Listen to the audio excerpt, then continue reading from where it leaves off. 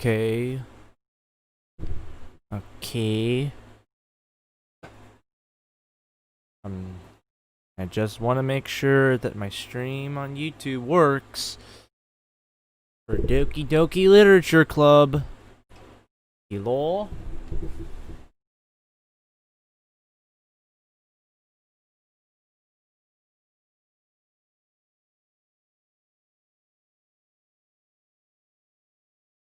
Here, the gameplay. I didn't even load the game up yet, so... Alright, let me get rid of this image and see how laggy my thing is, so... Is it good? Can you guys see me well? Just gotta wait for the thing to load in. Alright, I think the reason before that my stream was acting up is because Fortnite was being weird, so... Hello! Hello, everybody! How is it going? Is it going good? Going good? Great! It doesn't look like it's doing anything bad at the moment, so it must have been me doing Fortnite, so I can't stream Fortnite on YouTube anymore, so... Alright, so... Alright, I just wanna get Doki Blue Skies out of the way. Sorry I haven't been recording in so long. I tried getting the cars update into Fortnite and YouTube, but I didn't, so... Lucky me. Lucky me. Lucky me that I... So freaking... So... We need to load up Doki Literature Club in order for us to play. Like... That's how it works, right? You need to load up Doki Literature Club?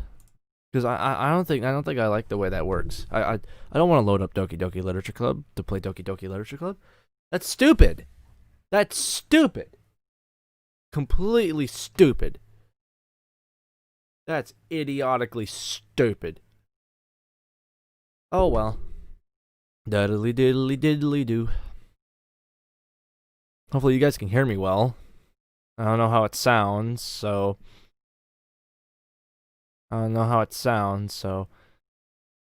Part 17 is finally going up on Doki Blue Skies. Sorry, I've been doing so much stuff recently. I've been a little bit stressed, so... I think it's good that I'm doing this finally. I was stressed over the last couple of days, so... I'm coming back to recording. So... I have a little bit of stuff that I want to talk about before we load up the game and start playing, so... Thank you guys for the support on the video I uploaded the other day, or the Doki Forever. As I said, that's something I wanted to do in the future, but I wanted to do it on that day because of something very special. So I want to say that I want to say thank you guys for the support on that one. That was really good, and I really enjoyed that. So keep it up. Thank you a lot for it. So, but it's very quiet too because I don't have the music playing. So, but because every time I have the OBS Studio up, it always you know, cuts out the music and stuff. It's like, is it every time I turn, it just keeps the stuff out of place or something like that? Because it's like, I feel like that's what it is because it's making the background very bad. So, but yeah, thanks for the support on that. I'm sorry I haven't uploaded after that, but yeah, it's really good. What is going on? Is it my window? I think it's my window. It might be my window, but it's fine. I don't know if I'll do anything like that in the future. I was planning on it, but I don't know if that's what I want to do or not. But I'll have to wait and decide on that one. So, alright, I think that's all I really wanted to say, though, before we get started on the stream, so... Excuse me? Anyway, let's open up Doki Literature Club, because I need to open up the Steam files real quick. Steam apps, common, Doki Literature Club...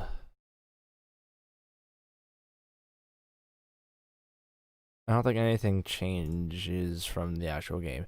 The weird thing is that I've actually never, like, actually freaking... Like, the weird thing is I've actually, like never played a mod this long in Doki Doki Literature Club. Well, all the mods that you guys have seen me play, I have never played before, but and I still decided to refuse to watch on other people play it because spoilers. All right.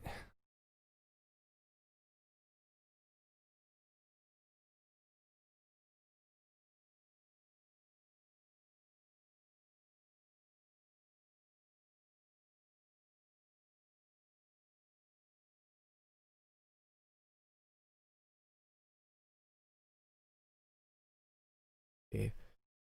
Just need to get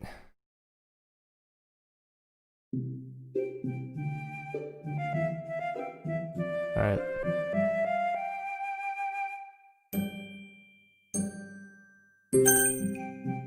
Ooh, I don't have that. I don't have that the way I want it.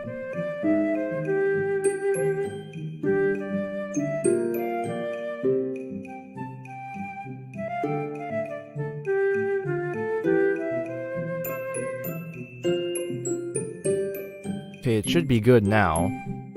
I should have it the way I want it now. Should have that the way I want it. What are you doing? Yeah, you guys can't. I don't think you guys can hear it right now. Actually, no, you guys can hear it. This is working just fine. Alright, well, I guess we're gonna be playing some Blue Skies. The sensor nudity thing was completely off again.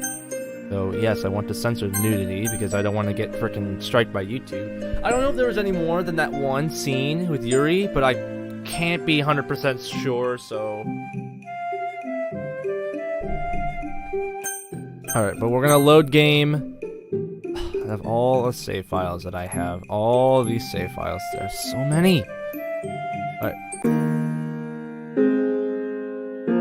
But we're gonna load here. We're gonna load here and continue playing Doki Doki Blue Skies. Okay.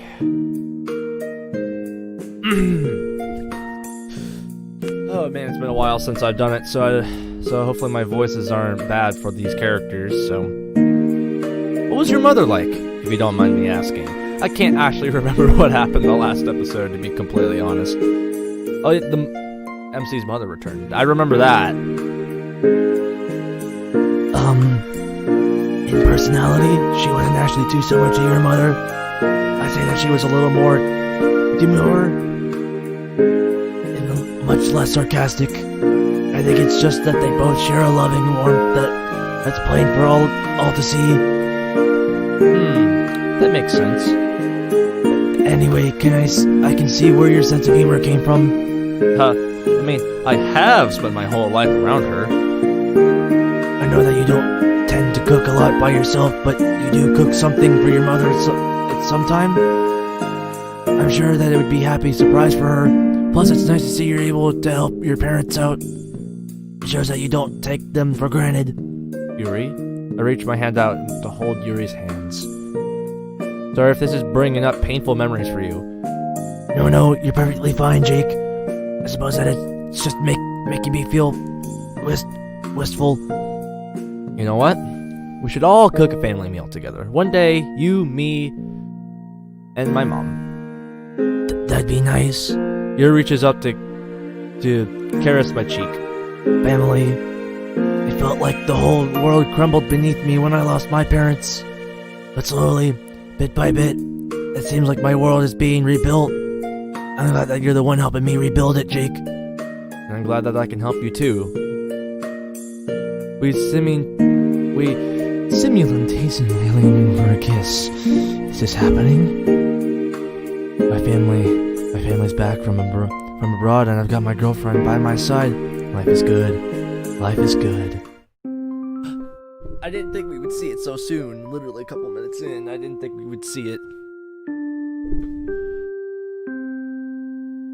My life is the best thing ever.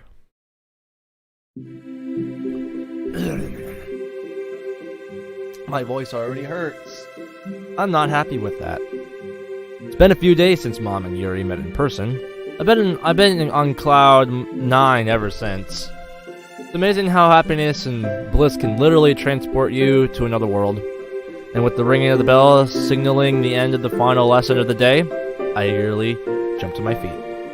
White Day is upon us, and I've wanted to give Yuri my gift ever since I woke up. I make my way over to Yuri's classroom after I take out my gift. It's not quite as fancy as the chocolate she gave me, but I'm hoping she'll appreciate the thought of it all the same. Eventually, I spot her in the throng of students emerging from her classroom. With a smile and a wave, she makes her way over to me. Reaching out, I gently clasp her hand in mine, which predictably causes her to blush. Given it's White Day, I'm feeling a little more daring. I've waited all day to give you these. I'm practically bouncing on my feet. She giggles slightly, covering her hand with her mouth. My, someone is rather excited. She takes the gift bag from my hands. Her smile grows wider and more heartfelt. Didn't want to give these to you at lunch. Kind of felt like the reward would be better if I waited until the end of the day, you know? Well, they do say that good things come to those who wait. Oh my, Jake, this looks incredible. Inside is the White Day cake I picked out for her. The cake was Mom's idea, and given its elegant design, I was definitely not complaining.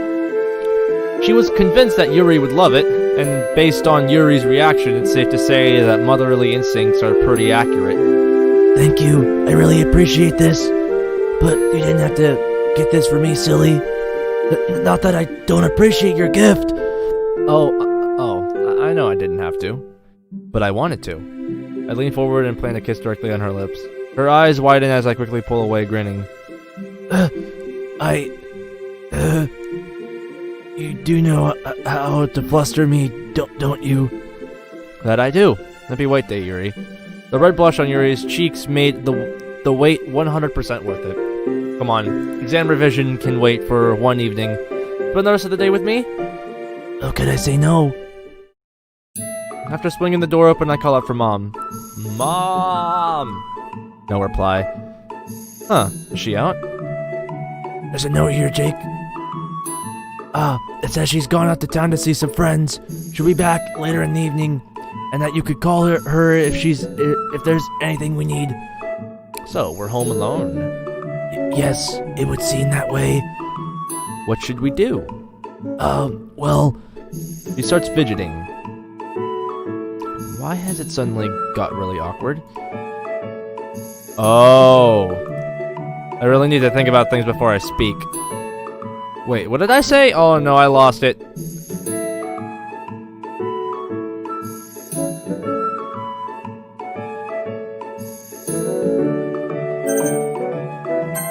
I didn't mean... It's okay. Would you like to make a bento box with me? If I recall, you seemed to really enjoy my bento when we shared with Natsuki. Relieved that the topic changed, I eagerly jumped at her suggestion. Yeah, sounds good. Mom did a lot of food shopping yesterday, and she made bento boxes before, so I'm fairly sure she'll have the ingredients. What do you think of putting in it? We should decide that once we see the ingredients we have to our disposal. Yeah, good point. We start rummaging through the cabinets. Well, more like I rummage. Yuri looks like a hesitant, clearly unsure if it's her place to be rifling through my kitchen. Do you have anything in mind? Mine are usually quite simple. Rice or noodles, some kind of protein, and cooked vegetables. Standard home-cooked affair, you know. But given that it's White Day, how about we cook something a bit more extravagant for it? What are you thinking? Do you know how to make sushi? No, but I'm willing to try for the end result. Alright then, we could make some other side dishes using vegetables like soybeans too. For the sushi itself, fish would do nicely, but if you don't have any, we can make do with an alternative. I ducked my head out for the fridge and turned to Yuri with a bemused expression on my face. You can look with me, you know. It's your house as much as it's mine. Right, of course. With her help, we're quickly able to identify appropriate ingredients and soon begin preparing the meal. Okay, so after you finish chopping all that, you add it to the water in the pot and turn up the heat until it's boiling. Then turn it back down to medium. Don't forget to add the seasonings to the water too. Now I have to chop all these vegetables, right? Yes, the lotus root, carrots, and white radish and mushrooms. Obviously, you don't have to chop the soybeans and kombu. Huh, got it. In the meantime, I'll get started on the rice. We both get to work, and soon the smells of a delicious meal starts wafting through the kitchen. Thankfully, the meal isn't particularly difficult to prepare, so we're able to talk about other things while we're preparing it. I don't think Ma would believe her eyes if she saw what I was doing right now. The cooking? Yeah, but not just that. I don't think she'd ever have expected that my first girlfriend would have taught me how to make delicious meals like this. First girlfriend? Oh, sorry, I didn't mean like, ugh, way to go, Jake. The silence has proven to be excruciatingly awkward. It was just a stupid choice of words. Anyway, I guess it's a pleasant surprise for her. Always been a lazy cook, if you could call me a cook. Well, there's no better time to learn than the present. Another wise bit of insight from you. She smiles slightly, but I can tell that what I just said is still playing on her mind. Did I really just mess up that badly? I wasn't trying to say that we wouldn't last. Either way, I'm really not a fan of how quiet she suddenly became. But hey, at least Mom really likes you, at least. You think your parents would have liked me? Jake, would you mind spooning me the cooked rice into a bowl? Sure thing. I do as she requests, awaiting her next command. Next, you want to stir together the rice vinegar and sugar until they dissolve. Then mix it into the cooled rice. And done. Okay, now I'll deal with the nori sheet. She starts with the sushi preparations. Delicacy and precision in every movement. Yes, I certainly think that they would have approved of you, Jake. Although I think they might have been a little surprised. No doubt expecting my boyfriend to be more of a reader, at least before we started dating. I remember my father used to joke that boys may break your heart, but books will always be there for you. That little quip always makes me smile. Is that kind of humor you like? Neither of my parents were sarcastic, so sarcasm is, well, quickly lost on me, and I'm sure you've noticed. Surprised you're dating me then. You know how snarky I can be. Funnily enough, it's actually one of the things I appreciate about you the most. Huh? Really? But you said that you don't really get sarcasm. I didn't, at least initially. But being around you has given me more of an insight into a new style of humor, which I enjoy. Much like with literature, there's variety in humor. You have to knack for making me laugh, don't forget. Glad my comedy genius has finally been recognized.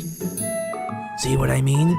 Anyway, I think we're ready to mix in mackerel with the mayonnaise and spring onion. We're gonna use the black pepper for seasoning, right? Yes, we are. You're learning quickly. Happens when you learn from the best.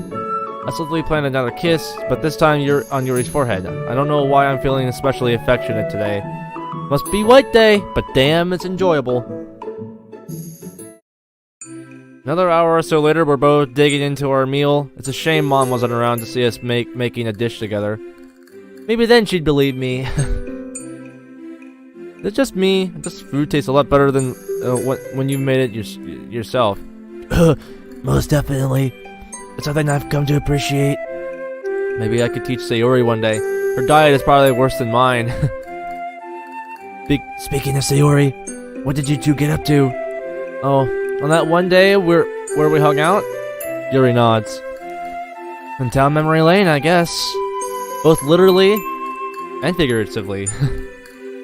We went to the park where we first met. Talked about life, I guess. Glad I got to apologize to her, though. That guilt has been hanging over me for some time. I assume she was rather forgiving? Oh yeah, of course. Told me not to worry about abandoning her, and that's a given that I'd spend more time with you. She was happy that I'm back in her life, and she gets to see me in school and stuff. Hearing her words helped, but I don't know, still feel a little guilty. That's completely normal, Jake. The most important thing to remember is that she doesn't hold anything against you, and that you two are still good friends. There's plenty of time to be able to spend time with her again. After all, you both enjoyed each other's company, did you not? Yeah, we did. Even though our friendship isn't exactly the same as how it used to be, we were still able to get along when like nothing had really happened. The playful teasing, the shared nostalgia. She really makes you happy, doesn't she? I nod. I don't think I'll ever meet anyone with such a strong, carefree, bubbly persona. You always do look exuberant around her. Eh? Do I? Yes, you do. Perhaps it's buried in your subconscious. My voice is gonna kill me. Oh god, Yuri, Your voice hurts me so much. oh my god, I'm so tired. I just got back from a walk like an hour ago, and I'm freaking tired. Well, I guess I do have fun hanging out with her. Nice to be around someone who doesn't take things that seriously. Like, I can just chill with her and joke about random stuff. She's gotten really good at being able to cheer me up, too. I see. I mean, how can someone who is always smiling not cheer you up? It probably activates mirror neurons or something. That the way Sayori's laugh can be so infectious. You get what I mean? Yeah. Oh no. Where is this sudden dramatic tension coming from? Yuri, is everything okay? You seem kinda off. Jake, you're usually quite in tune with others' feelings, but sometimes you can be extremely dense. Finally called out the freaking denseness of the protagonist. I was wondering when someone was gonna call you dense, because you are dense! Jeez, I never claimed that I could read people's minds. Anyway, what's with this sudden change in tone? I thought we were having a great time cooking. You always grin so broadly when you're with Sayori. Is she even listening to me? Like I said before, if I do, I don't notice it. Well, even if you don't notice yourself, other people can. If you contrast it with how you act around me, there's a marked difference. A marked difference? Well, off the top of my head, I kiss and cuddle with you. That's something I shouldn't be doing with other people, right? We try to pull Yuri into a hug, but she shies away from me. Yuri? You don't know what I'm talking about, do you? I suppose it's ingrained in you that you wouldn't notice unless I outright said it. If I'm supposedly this dense, feel free to enlighten me on the matter. I know that I shouldn't be getting sarcastic with her, but I can't help but feeling more and more irritated as this conversation continues. You always look your happiest when you're with Sayori, even when you just talk to her or think about your past with her. Well, I don't know about happiest, but she's my childhood friend. It's natural to feel happy when I think about someone I've known for years and years, isn't it? It's just as I suspected. Huh? She makes you happier than I do, doesn't she? What? My mind is spinning. How did we go from making food together and sharing kisses to this? Yuri, we spoke about this. Where is this coming from? She doesn't reply, instead opting to fiddle with her sleeves. Come on, Yuri, talk to me. If we spoke about this before, then why don't you understand why I'm upset? Just because you know why you're upset doesn't mean that I know. You just tell me what's wrong. I don't understand how you can analyze books so excessively, but remain blind when it comes to things like this. Don't really want to play the blame game, but look, I could get that you might be feeling jealous. I mean, you just explicitly compared yourself to her. But I don't get why you're suddenly this upset when we've been having such a nice time. You realize that you were talking at a length about how you feel about Sayori, and on our white date night, no less. You started the conversation about her, though. I was admittedly curious about what you did with her in the beginning, but I didn't mean for it to spawn into an entire conversation about how you felt towards Sayori. After a while, I was only engaging in the conversation with you to be polite. Didn't want to just ignore what you said about her. I suppose it was too much to expect you to be more tactful about it. Again, I'm not a mind reader. How am I supposed to know when you're upset and when you rarely explicitly express it? You can't just tell me things. I'm guessing that you just don't have these kinds of arguments with Sayori? Of course not, because I'm not dating her. You sure this is just about jealousy? Thought that you said you weren't jealous of my hanging out with Sayori before. Didn't you say that you were only jealous of her personality and our close relationship itself? Yes, I did. Then is there something more than that you're upset about? If you have a problem, just tell me. Stop beating around the bush, or I'll never get to what you want to say. Do you know how difficult it is for me to tell people how I'm feeling? I spent past decade or so of my life suppressing my outwardly shown emotions. But you can try, can't you? This is me trying, Jake. Just communicate more subtly. Okay, but you try communicating unsubtly then. Don't get it. The difficulty I have when speaking about these things, it's almost as if there's something physically blocking my throat. It's just your own thoughts in your head making you feel that way, right? Or, sorry. Shoot, god dang it. That's just your own thoughts in your head making you feel that way, though, right? Just get it over with and blurt out your inner thoughts, like ripping off a band-aid. You know you can do it, Yuri. With all due respect, Jake, I didn't even tell you about my self-harm of my own accord. It was purely by accident that you found out. Even so, it felt better that after you talked to me about it, right? Yes, but... Well, just tell me what's bothering you. Can't help you if I don't know what's going on. She doesn't reply. The sudden, strained silence feels more comfortable by the second. Yuri. I sigh inwardly. I hate apologizing for things that aren't my fault. I'm sorry, okay? I know how you feel, so... No, you don't. How can you possibly know what this feels like, Jake? Do you constantly consider yourself an embarrassment? Do you know how it feels to have other people feel nothing but pitified towards you? That people see you as a freak? Well, no, but... That's precisely my point. Alright. Jeez, I get it. Just because I don't have those specific problems, it doesn't mean I don't have my own ones to deal with, you know? Everyone around us has their own demons, so stop acting like it's only you. At once, as soon as those words leave my mouth, it sounded a lot less harsh in my head. The look of... I don't care. What?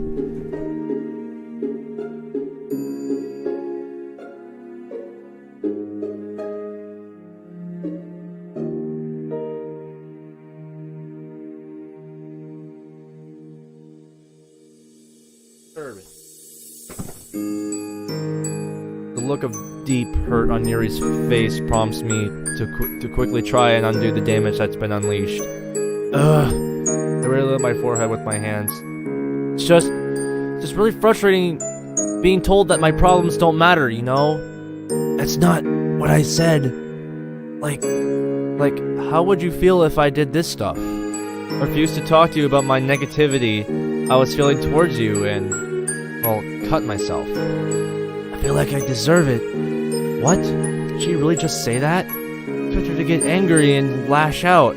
that provide such a self-deprecating remark? Deserve? Let's be honest, Jake. I'm an awful girlfriend. I have to force myself to roll my eyes or sigh in exasperation. Yuri seizes on my silence and carries on with her deprecative tirade. I hide things from you. You're always doing nice things for me. What thoughtful things have I done for you, Jake? You doesn't even let me answer as she forcibly carries on. You organized a lovely day for Valentine's and I couldn't even return the favor for White Day. Here we are acting like it's just any other day, all because I couldn't even organize something romantic for us. It's another pathetic trait of mine that I'll never be able to shake, no matter how much I will, in a way. Her breathing is growing faster and faster, and her tone is becoming more and more venomous. This has to be screenshotted for a thumbnail.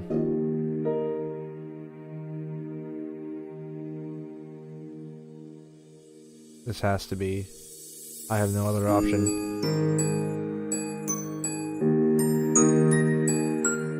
Her breathing is growing faster and faster, and her tone is becoming more and more venomous. The feeling of being unable to reach her while she stands in front of me is unbelievably demoralizing. I'm trying to be the perfect girlfriend for you. I really am. Thought that by making love to you, that would help. After all, it seems like that's the only thing I can provide you. Wait, what? Back up there, Yuri. What exactly do you mean by that? Please don't tell me that you felt like you had to have sex with me. She doesn't even need to nod or say yes. The silence is just as damning and confirming my fear. I thought it was what I had to do. You said you wanted to. I wanted to please you. And right hands through my face. It feels like everything that was going so well for mere moments ago is suddenly being flipped on its head. No. Yuri, you don't have to be perfect. Why didn't you say something? You weren't comfortable, that's all you had to say. But of course, it isn't easy for her, is it? I'm sorry. I know I should have said something. I don't know what to say. My mind is still trying to process what I'm hearing. Things haven't really been going as well as I thought they were. My face in my hands, I hear Yuri get up and walk away from me. Wait, where are you going? No! I need the bathroom! Instantly, my mind flashes back to the last time I saw her in the bathroom. The razor, the gasps of pain, the vicious, jagged cuts on her forearms, the very arm that she's clutching right now. Yuri! Don't! I can't help it. Yuri runs from the room, already starting to push up her sleeves. In a panic, I follow her, even just from the glimpses I catch from behind her. I'm afforded a sight I wish I didn't have to see. But they were healing. What is happening? Is this going to be the end? A crisscross of gashes, each in a different state of healing. Although most look scabbed over, a few smaller ones look a little more fresh, as I can just make out a little specks of blood leaking from the wound. It's heartbreaking to see. I grab her shoulder when I catch up to her and stop her in her tracks. Oh no, she's crying as well. To my surprise, however, Yuri begins scratching her wrist, an action which catches me off guard, and I was expecting her to pull out a blade of some sorts. This is the first time I've actually seen her in the act, and it's a sight I like nothing I've ever seen before. She positively rips in tears at her arm, raking her nails down and down her skin and leaving angry red streaks in their wake. Dark red dots of blood to spot her scratch marks. The raw, visceral nature of her desperate scratching frightens me. It's almost as though she's trying to destroy all the progress she's put into healing just to leave ugly reminders of her flaws behind. Ugly. The first time I've associated that word with Yuri, but no amount of bleating that her scars are beautiful would change the fact that they're frankly the opposite. I'm struck by a pang of guilt at that thought. Should I be thinking about self-harm like this? But I shouldn't act like I'm blind to the scars, right? Either way, that's all irrelevant at this moment. I've got to concentrate on Yuri. What are you doing? She doesn't reply, instead opting to tear away scabs with her fingernails. Yuri! What? What are you doing? What do you think I'm doing? There's a sharp, biting edge on her voice, like I always gave her in frickin' Doki Literature Club, the original game. Her scars are healing a little bit. They were frickin' healing, and now she's gonna do all this again. Is this gonna be the end? Is this gonna be the final episode on Doki Doki Blue Skies? I've done so much already on this game. This is gonna be it. I'm gonna screenshot this real quick, and then we'll continue on our way. Did you think gunning was the only way that you could feel that you could self-harm? Yeah? Yuri, please. Please, just stop! In desperation, I reach out to grab her arm, however, she quickly wrenches it out of my grasp and jumps aside. Her scratching continues more furiously than ever. All of my instincts are screaming at me to intervene, but every time I step towards her, she shies away. As the scratching carries on, the expression on her face slowly grows more relaxed. It's awful knowing that the only thing causing her to relax is pain she's inflicting onto herself. Eventually, the scratching comes to an end. The slow trickle of blood down her wrists matches the slow trickle of tears down her face. My brain is trying to process that I've just witnessed Yuri self-harming. Needless to say, not doing a very good job. Silence falls between us. What am I even meant to say? I told you I was a freak. You have to get you some help, for this, Yuri. This really can't carry on. She snorts at my statement. What? Do you think I don't know that it's bad? You know it, then why do you keep doing this? Is this gonna happen every time we have an argument? I can't help but feel anger at those two words resound through my head. Why not? How would you even know? You haven't even tried. This couldn't have been avoided If I just what, Jake? Therapy isn't just some magical fairy tale fix. I've already told you that it's not just that easy for me, yet you seem to continually forget that it's your self-righteous lectures. Lectures? Really? That's what you think these are? I mean, how would you like it if I cut and scratched myself bloody? How would you like it if I turned my arms into an ugly mess? Silence. Didn't even realize I was breathing heavily until now. And worst of all, the distressed look on Yuri's face tells me that the first time that tonight, I might have just crossed the line. Wordlessly, she quickly yanks her sleeve down and pushes past me. With a heartbreaking realization, I quickly see that the fresh tears are leaking down her face once more. Yuri, I'm sorry, I didn't mean that. I desperately reach out for her once again, but she rolls around at me, frowns at my touching, wearing an expression that honestly terrifies me. I don't want to hear it! Her expression, the line, the delivery, the tone. Out of reflex, I shrink back. She storms out of the corridor. Distantly, I can hear her making her way out of my house. The slam of the door makes me wince. And so I'm left standing here, still trying to figure out what just happened. Is this really how it ends? Is this really how it ends? There's no way how this is. No. There's no way. There's no way. There's just no way. There's no way. There's no way this is the end. There's no way that you just end it like here. Please don't do this to me, game. Don't do this. I slowly make my way back to the kitchen, bits and pieces of our argument flashing through my mind. The food's still on the table. If you just walked into the house, you would have never suspected that such a scene had taken place just moments before. What looked like warm, delicious food before now appears slimy and cold to me. I slump down in a chair. I can't help but worry about what Yuri's going to do when she gets back home. Should have gone after her. Should have done anything but let her go. I say that, but in reality, I know that I couldn't have done much. What was I supposed to do? Imprison her in my house? Physically restrain her until her impulses abated? If I had done that, I don't know if she would ever forgive me. I don't want to out her just anyone else without her permission. So I don't think I should tell our friends or my mom. Would calling the police be an overreaction? If she were contemplating suicide, I would call, but didn't she state long ago that she specifically wasn't suicidal? Did I trust her words and leave her be? We just established that she doesn't necessarily tell me everything, though.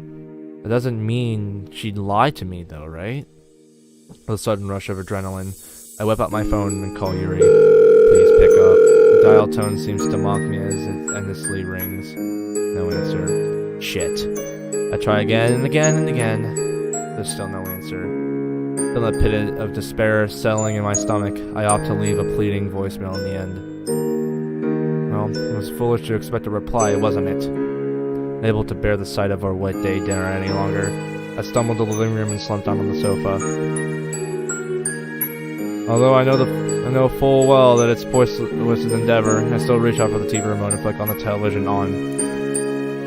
Desperate for something to try and take my mind off tonight's events. I can almost sense the restless night coming up. God damn it. Just when I thought life was getting good. I really went and jinxed it, didn't I? So Yuri and I can talk things over soon. As much as I like the transition, why do you put the transition after that whole freaking thing?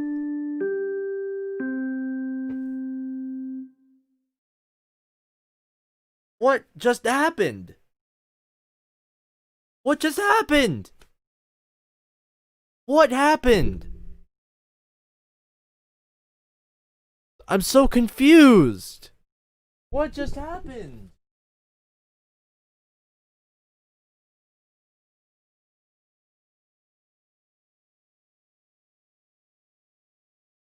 I'm so confused.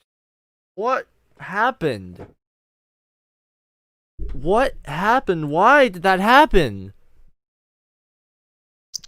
It was going so well. Everything was going so great. And then this happens. This actually has to happen.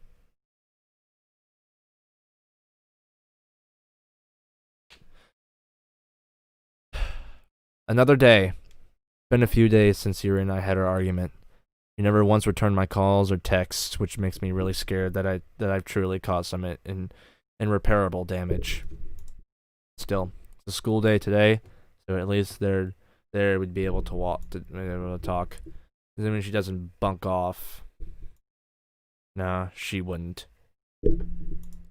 Refusing to entertain that thought, I begin my morning routine. Shortly after I start my walk, I notice a familiar face, although not quite the one I was hoping for. Hi, Jake! Hey, Sayori, what are you doing here? She frowns at my question as if I'd ask her something stupid. What do you mean? This is the route I take to get to school, silly! It's just surprising seeing you up this early, that's all. Oh, She shrugs. Calically. Well, you know what this means, right? We can walk to school together! I try my best to sound enthusiastic, at least for Sayori's sake. Yeah, let's do it. Probably didn't work. Jake? Is everything okay? Huh? Yeah, I'm fine. Why do you ask? It's just I had a little feeling that something was bothering you, that's all. Compared to the last time we hung out, you don't seem as happy. I glance over at her, there's a spark of curiosity lurking behind her eyes. There's no denying the comforting smile on her face. Maybe it'd be a good idea to get some outside perspective. I chuckle to myself. You've always been good at reading me, Sayori. It's about Yuri, isn't it? Got it in one. She pauses, looking thoughtful. We had an argument. And I'm not really sure what to do now. Tried calling her after she stormed out, but never replied, and this was during Friday evening. So it's Monday now and she hasn't spoken to you yet? I nod. Sayori pauses, looking thoughtful. What did you guys argue about? I can't really say. It's not really my place to, if that makes sense. It was pretty personal. That's okay, Jake. I understand that you guys have your own personal stuff to deal with. But what should I do? Should I let her come to me? I don't want to be overbearing, but at the same time, it's killing me that I can't talk to her. Sayori pats my shoulder sympathetically. Well, I'm kind of limited with how much I can help. Sorry, I know it must really be frustrating being asked for help, and yet I can't even tell you what's going on. It's okay. To be honest, I'm not surprised that Yuri chose to spend time by herself after the fight. After all, everyone knows how introverted she is, and introverts really like their own space. So you're saying I should leave her be? You already tried calling her a few times, right? So she'll know that you're obviously concerned for her. Maybe you should just let her come to you when she's comfortable doing so. Is that what you'd do if it were me? I think so, yeah. But I've never been in a relationship before, so I don't really know all this girlfriend and boyfriend stuff. Believe me, Sayori, neither do I. What does your heart tell you? Well, I don't know about my heart, but my brain is definitely telling me that it's confused. Why can't my organs just get along? She giggles. You shouldn't worry, Jake. You're such a nice, caring guy. I'm sure Yuri will come around eventually. I hope so. Anyway, on to something less depressing. Mom came home a few days ago. Oh, I bet that must be lovely. She's been away for a while, if I remember right. Yeah, she's been gone since like late August, so it's been a long time since I've physically seen her. How is she? Still the same? Yeah. Her motherly instincts never go away. Still feels really guilty about leaving me alone for so long. The rest of the conversation, thankfully, isn't as depressing. Doesn't take long for Sayori and I to reminisce about the good old days. But it just doesn't feel right. I can't fully immerse myself. Not when there's too much in the present to focus on. And that's where we'll call it for today, everyone. I'd encourage you all to do some extra reading on the topic. The build-up on the Second World War has had many a contributing factor. Who knows? Maybe you'll even find it as interesting as I do. With a self-deprecating smile, he laughs and heads for the door. I might just take him up on that offer after school. Oh my god! What's gonna happen? I don't know. Because they have to see each other in the club room. For now, I can only listen to the gurgling sounds of my stomach. As I step through the door, I see all the other club room members. Sayori is chatting animatedly with Natsuki, while Monika is scribbling something on her notepad. On the other hand, Yuri looks like she's a million miles away. She idly pokes at her food. I take a seat next to her. My heart started thumping the moment I saw her again, and now that I'm physically right next to her, the thumping grows stronger. I'm not sure how to approach her. The others are around, and I don't imagine she'd want to cause a scene, so I just opt for a direct approach. Hey, Yuri? She jumped a little. Clearly, I was right about her being mentally preoccupied. Hi? Doesn't say anything but more than that. An awkward silence fills the air. Judging by the curious looks of the other girls, it's clear that it's not gone unnoticed. Well, might as well tell everyone. Hey guys, Yuri is freaking cutting herself. Monika jumpskin. I knew it! I freaking knew it! You okay? Looked a million miles away. Why are they here? They're just listening in. You got a book on your mind? Yes? Sayori looks sympathetically toward me, while Monika and Natsuki narrow their eyes. The tension between Yuri and I grows more and more apparent by the second. I don't know what to say or do. With everyone else being aware of something amiss between Yuri and I, it feels a million times worse. Well, that that Yuri doesn't want to talk to me? It's been a few days already. Thankfully, Monica reads the situation and throws me an escape. Siri mentioned that your mom came back last week, Jake. I miss doing Monica's voice. I think Monica is my favorite voice to do out of all of them. It doesn't kill me as much, but I love the voice so much. I feel like it's my best one of all the 4 girls, because Monica's actually sounds like a woman. She sounds like a girl that I can actually, like, yeah. It's proving to be a real mental struggle to focus on Monica. Huh? Oh, yeah, she did. And? And what? She rolls her eyes. How is it? You know, seeing her again? Oh, well, I'm that dense, so don't rush me. Look at Yuri again. He's still turned away. The tension is growing by the second. Yeah, it's nice having her back. We got to catch up, and she got to meet Yuri, which I think both of them enjoyed. She's really nice, isn't she, Yuri? Yes, she is. And oh my god, her cooking is to die for! I really miss it. You know things are bad, and when not even Sayori cheerfulness can fix the situation. You know, you could just come over again, right? She'd be more than happy to cook for you. In fact, I think she mentioned how she wanted to catch up with you and your family again, so that'd work out nicely. Really? Oh, well, I might just take you up on that, Jake. Although it'd be kind of weird seeing her again. I mean, it's been how many years since I've seen her? Like 4 or 5. Oh, has it really been that long? Yep. Time really flies, eh? Tell me about it. Jesus Christ, I could finally speak. Because I was sitting here in awkward tension, so I couldn't do my Natsuki voice. It's crazy to think that it's already March. That Christmas party we had feels like just yesterday. Well, none of us are getting any younger. Might as well make the most of our time together, don't you think? That's such a storyline, Monica. Your vice president is really rubbing off on you. Hey, she's not wrong though. Our 3rd year is coming up soon, and that's our last one. And who knows what that'll be like. Stressful, probably. No kidding.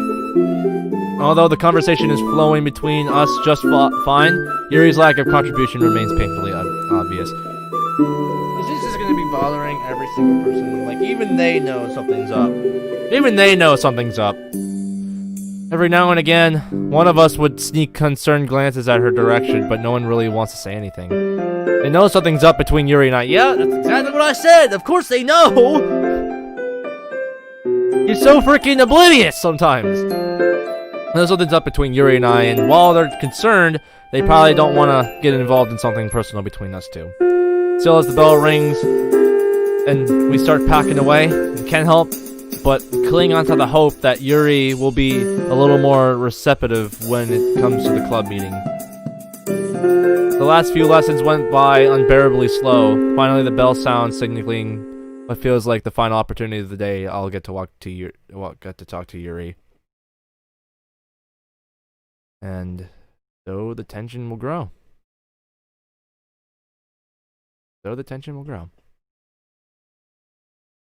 I'm not looking forward to this. I am not looking forward to this. I shake my head.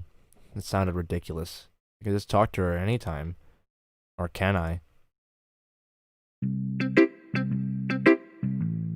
That's the first time I've actually heard the regular Doki Doki themes in a long time. Okay, everyone.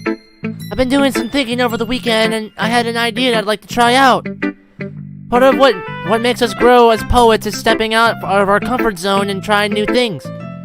Something everyone did really well when we wrote Halloween poems. So this time I'd like everyone to take one of these. She pulls out a bunch of what looks like small blank strips of paper out of her bag. Huh? What are these? Wait, what? Yeah, what are these? Sorry, I'm just stupid. Each strip has a theme written on the other side, and the one you choose will be the what you'll have to write about your poem about. Oh, and it could be literally anything. Uh-huh. Does anyone want to go first? I'll do it. Sarah slips forward and takes the strip, following it. Flipping it over, she reads whatever's written. A thoughtful look crosses her features. Well, this will be interesting. The rest of us follow suit. Each strip elicits a different response. Mine happens to be control.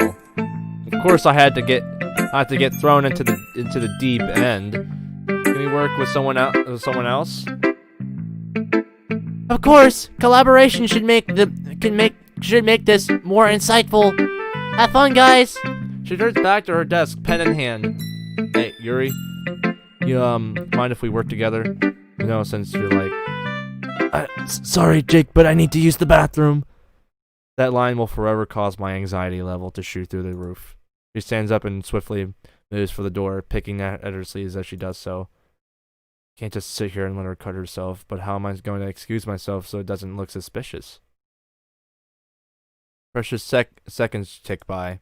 I must be showing a lot of concern on my face as Sayori and Natsuki are looking at me strangely. Are you okay, Jake? Yeah, you're looking kind of weird. Monica puts her pen down and joins in. She could be pulling out a knife right now. What's going on? You're just said she had to use the bathroom and now Jake looks really worried. Is everything okay, Jake? We could all feel the tension between you two at lunch. Oh. She's rolling up her sleeve while you just sit here like an idiot. I'll be back in a sec. I don't even bother finishing my second as I bolt to my feet and head for the door. Wait! My mind is in a frenzy, and as I hurriedly make my way to the bathroom. Why now? So much harder when she doesn't talk to me. Ugh. Well, here it is, the girl's bathroom. No time to pause before going inside. All social norms are damned. Social norms be damned. And immediately, I'm hit by a sight that never gets any easier to see. Yuri immediately looks up. I can't tell what's worse, the ashamed look on her face or the freshly soaked bandage on her arm. For a moment, we just stand there, looking at each other. She hastily slips her sleeve over the bandage, but the damage has already been done. Yuri? Look at me. Please? The seconds stretch on, much more like sheer deafenance to meet my eyes. While I'm desperately trying to unscramble my fervent brain, I hear the door behind me open. Thankfully, it's only Sayori. Jake! Yuri! Wait, Jake, what are you doing here? This is the girls' bathroom! God damn it, Sayori. Did you really have to come in now? Your timing could be any worse. I know. Let's just look over at Yuri, who's now avoiding the both of us. Yuri! Are you okay? I'm fine. Are you sure? You look really upset. I'll be okay. Thank you. Do you want to talk about it? No, thank you. I appreciate the offer, but I just need some time alone. And of course, there it is. The withdrawal. Those walls she'll never learn to break out of. I feel a light tug on my sleeve. Come on, Jake. What? We'd head back to the club. Can't be serious. I angrily gestured towards Yuri. Jake, can't you see she needs some space right now? Besides, the other girls are worried about you. She must have seen how unwilling it was as the sighs and turns to Yuri. Will you come back to the club when you're feeling up to it? Wordlessly, Yuri nods. I'm not sure if I believe her, but unfortunately I can't exactly object. With another defeat, weary sigh, I let Sayori take me out of the bathroom and back toward the club room. As soon as we re-enter, Monica and Natsuki jump up, confusion and suspicion etched over their faces. Oh, you're back! Mind telling us what that was all about, Jake? Yeah, what's with Yuri? Not really my place to say. Can we just please leave it at that? I'm really not in the mood to discuss it any further, and I'm sure Yuri feels the same. Yeah, I think we should just get on with our poems for now, guys. Give her a small, appreciative smile. Sayori's knack for reading a situation has always been one of her strengths. Monica and Natsuki don't look particularly satisfied, but wordlessly comply with Sayori's suggestion. After a while, Yuri quietly slips back into the classroom. Her head is bowed, and she's trying to look inconspicuous as possible. takes her seat and returns to her poem, but not before a game of eyebrow tennis starts between Natsuki, Sayori, and Monica. Everything okay, Yuri? Yes. Apologies for my earlier behavior. It's okay. Don't worry about it. As she says that, Monica and Natsuki fire inquisitive looks at my way. I motion towards Yuri and shake my head. Tension still remains, but eventually all the club members return to writing their poem. Thank God. Oh God, why is it so stressful? They always have to make it so stressful.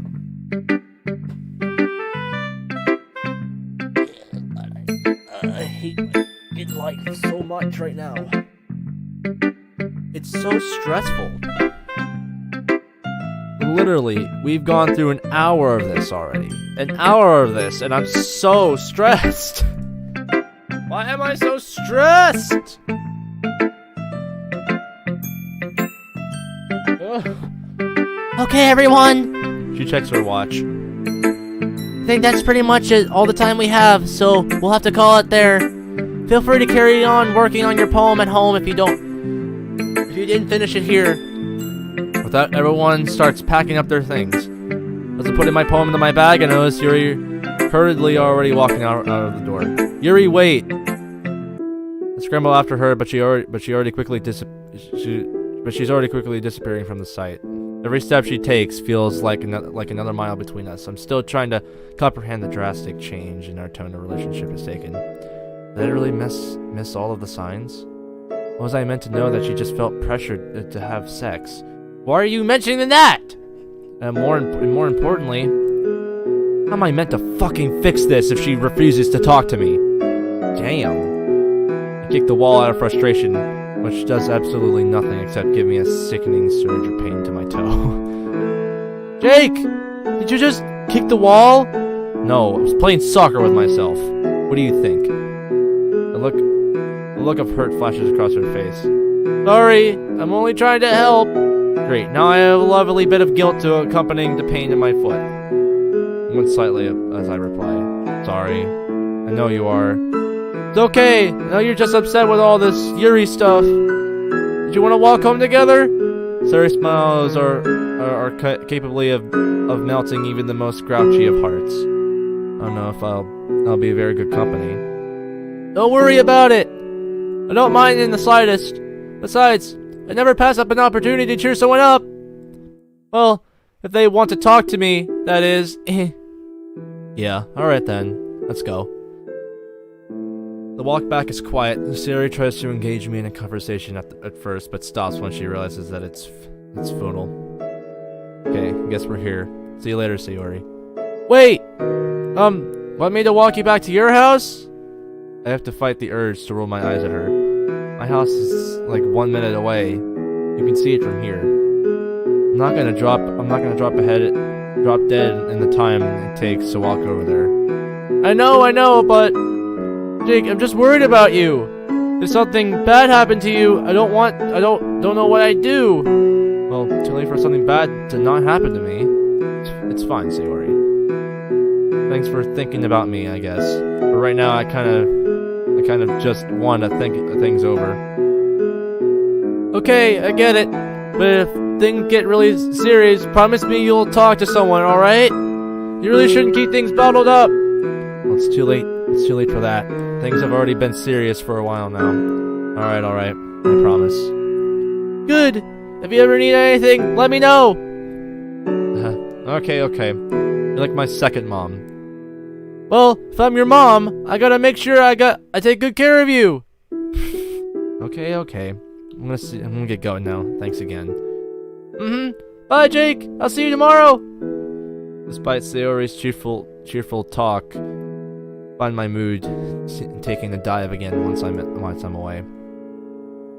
Don't get me wrong. I'm thankful for a friend like Sayori, but I don't think I'm going to be cheered up that easily.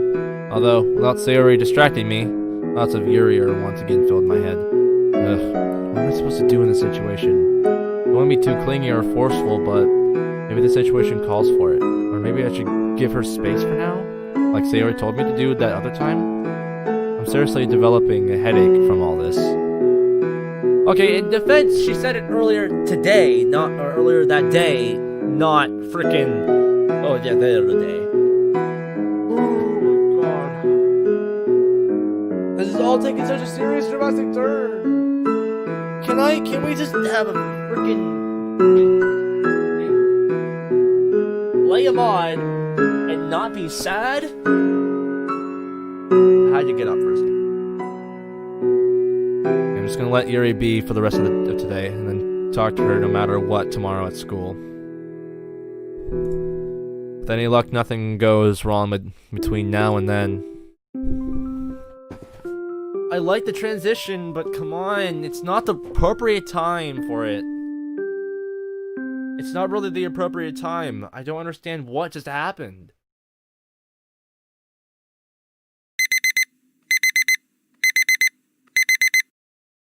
Once again, I'm really pulled out of a warm and comfortable snooze by the invasive blaring of my alarm on my phone. Alright, I'm not gonna end it here, guys, but I'm gonna... I need to stretch for a little bit. Don't really want to be sitting here for more than an hour already. So I'm gonna go and get a drink or something and try to take it in most of what I can. So I'll see you guys in a quick bit. So yeah, all right, see you guys in a second.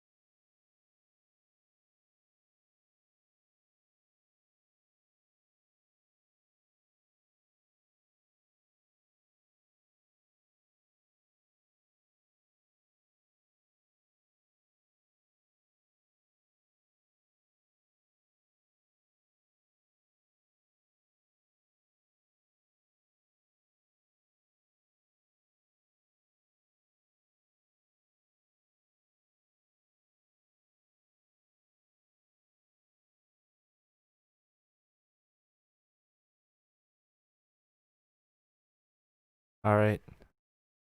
I'm back.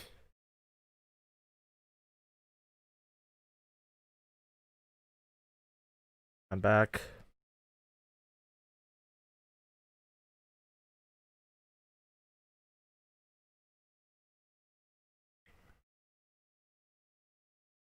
Of course, my stream is saying that my bitrate is at 0.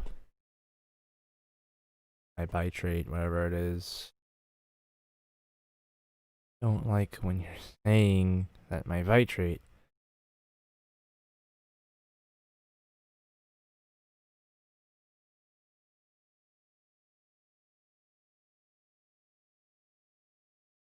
Okay, now I'm confused.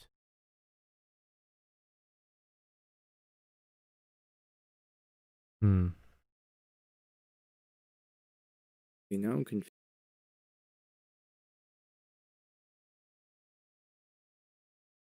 Okay, now I'm confused. Can you guys hear me well? I don't know if you guys can hear me well. Okay, now I'm confused. Can you guys hear me well? I don't know if you guys can hear me well.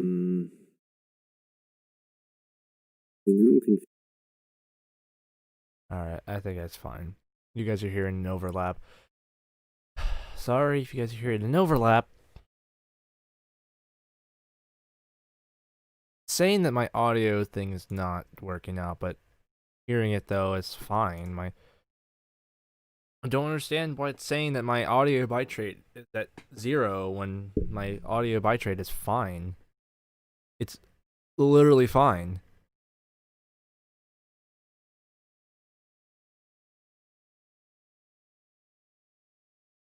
Where does it say I have to do it? It would be in the audio section.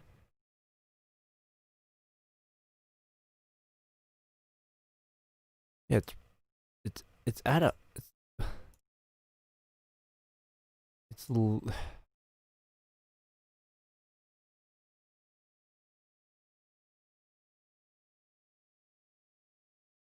okay, there we go. Now it's working out great.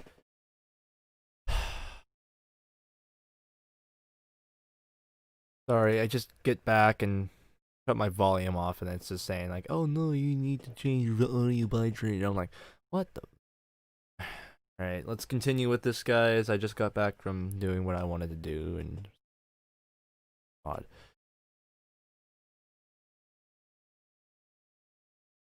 Still half asleep, I fumble for the offending item and slam the alarm off, but the damage has already been done.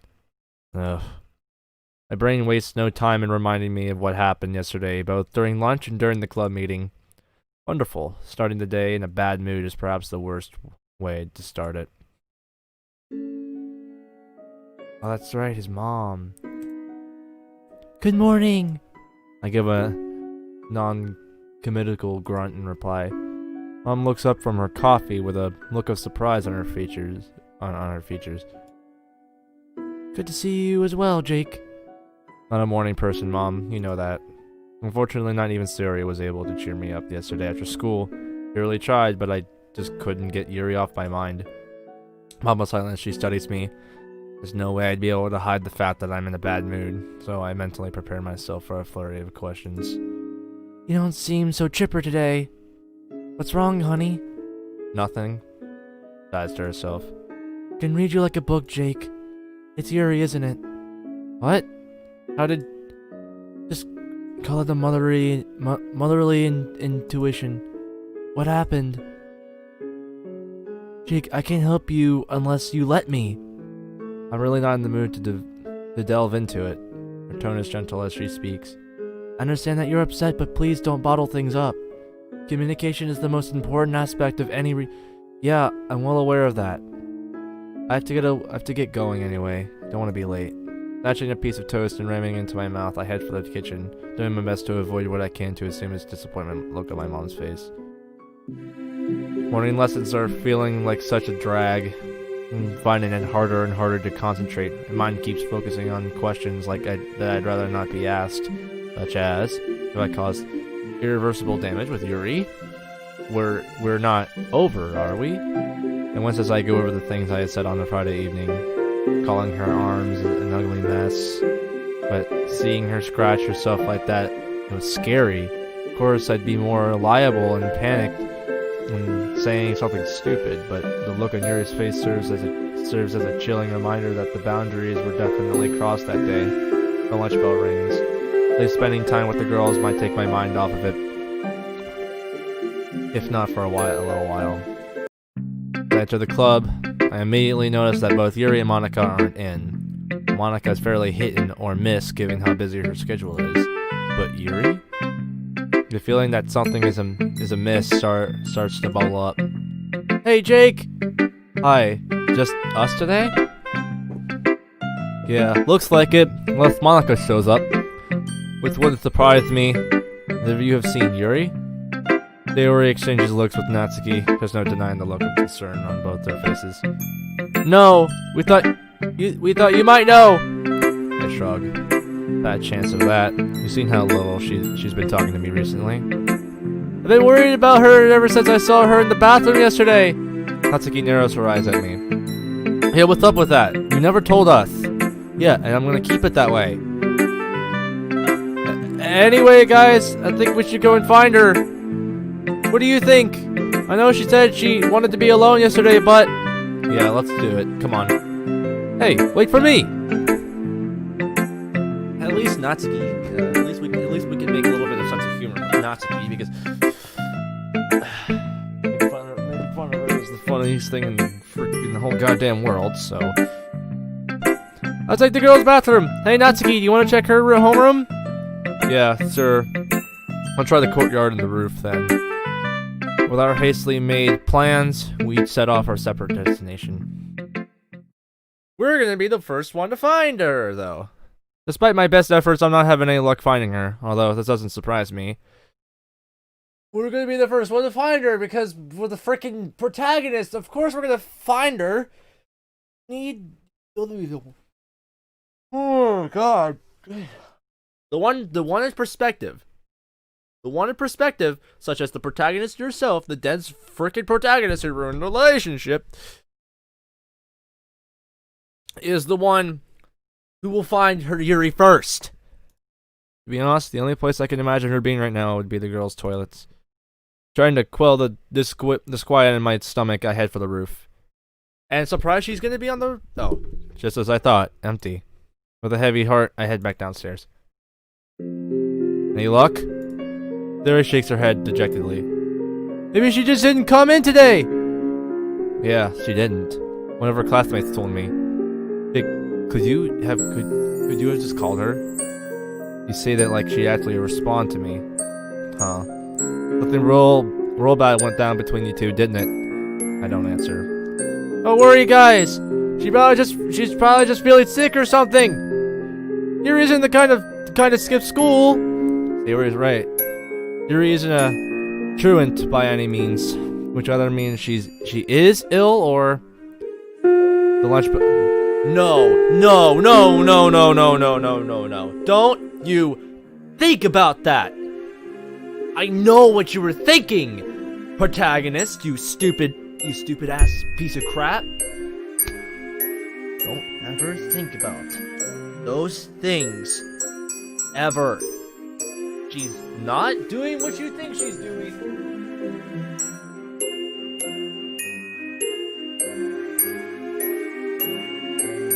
Didn't see the back of my chair, did you guys? She's not doing what you're thinking she's doing. No.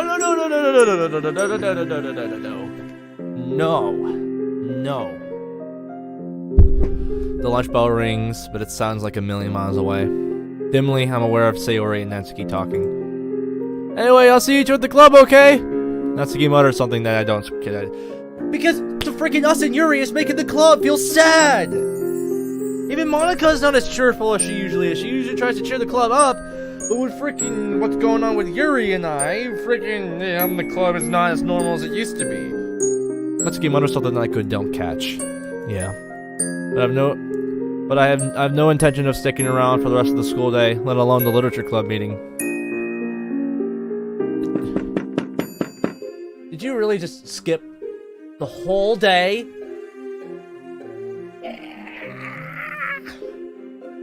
Taking a deep breath, I knock on the door. Please open, please open, please open. The seconds that pass by feel like hours. Don't you, no! Please, nothing. Bending in diplomatic approach, I pound on the door much harder. Even knock reflects the desperation I'm feeling. Please open. Nothing. God damn it. Disappointment and worry flare up, both as strong as the other. Rustily played this pace on the spot, pondering my options.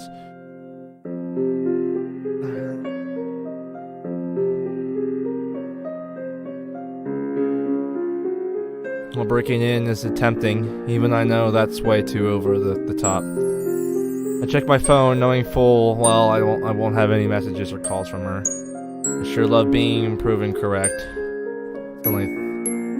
Oh, they're doing military time. So it's 1:18. It's only 1:18. So I can't go home yet. Mama flip if she knew I was ditching school. I guess my best bet is just to sit tight for a couple of hours. It's a pretty bad plan, but unfortunately, it's all I have right now. And yet, a few hours, still no luck. No. Oh, is this how they're gonna end it off?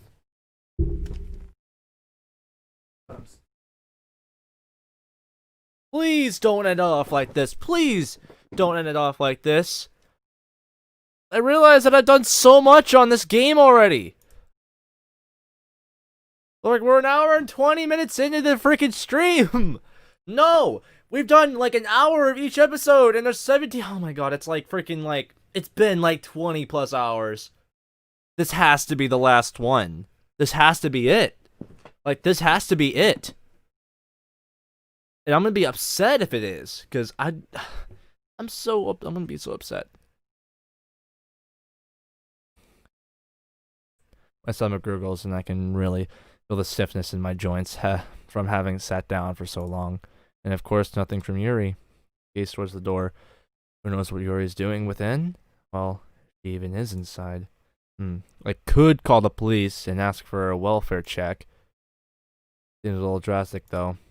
Plus, if she's fine and doesn't want to talk, I'm pretty sure police and intervention would make things even worse. That is, if they can get any worse.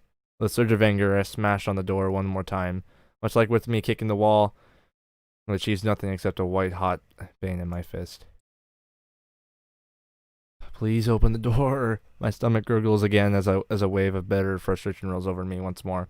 Just wasted hours of my life for absolutely nothing. For a girlfriend who won't even speak to me. Shake my head. How did it come to this? Why do you do a transition? Now I'm just getting frustrated about this transition because things are getting so sad.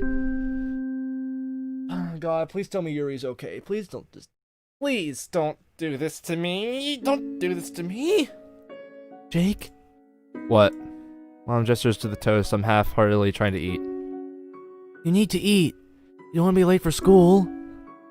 I'm not hungry. She sighs quietly. I know you're upset, sweetheart, but you can't stay like this forever. I'm sure whatever is going on between you and Yuri will get better. I really hope so, Mom. This is just the nature of teenage love, I'm afraid. Anyway, shouldn't you be going now? I really look at the clock. She's right. Yeah, I'll see you later then. Bye, Jake. Have a good day. In spite of myself, I find myself walking towards Yuri's house. I know I'll likely just get ignored again, but part of me tells me that I have to at least try. School can wait. And here we are. Just realized that this is also the same CG they used for the same CG they used for the New Eyes that I played before Abridged.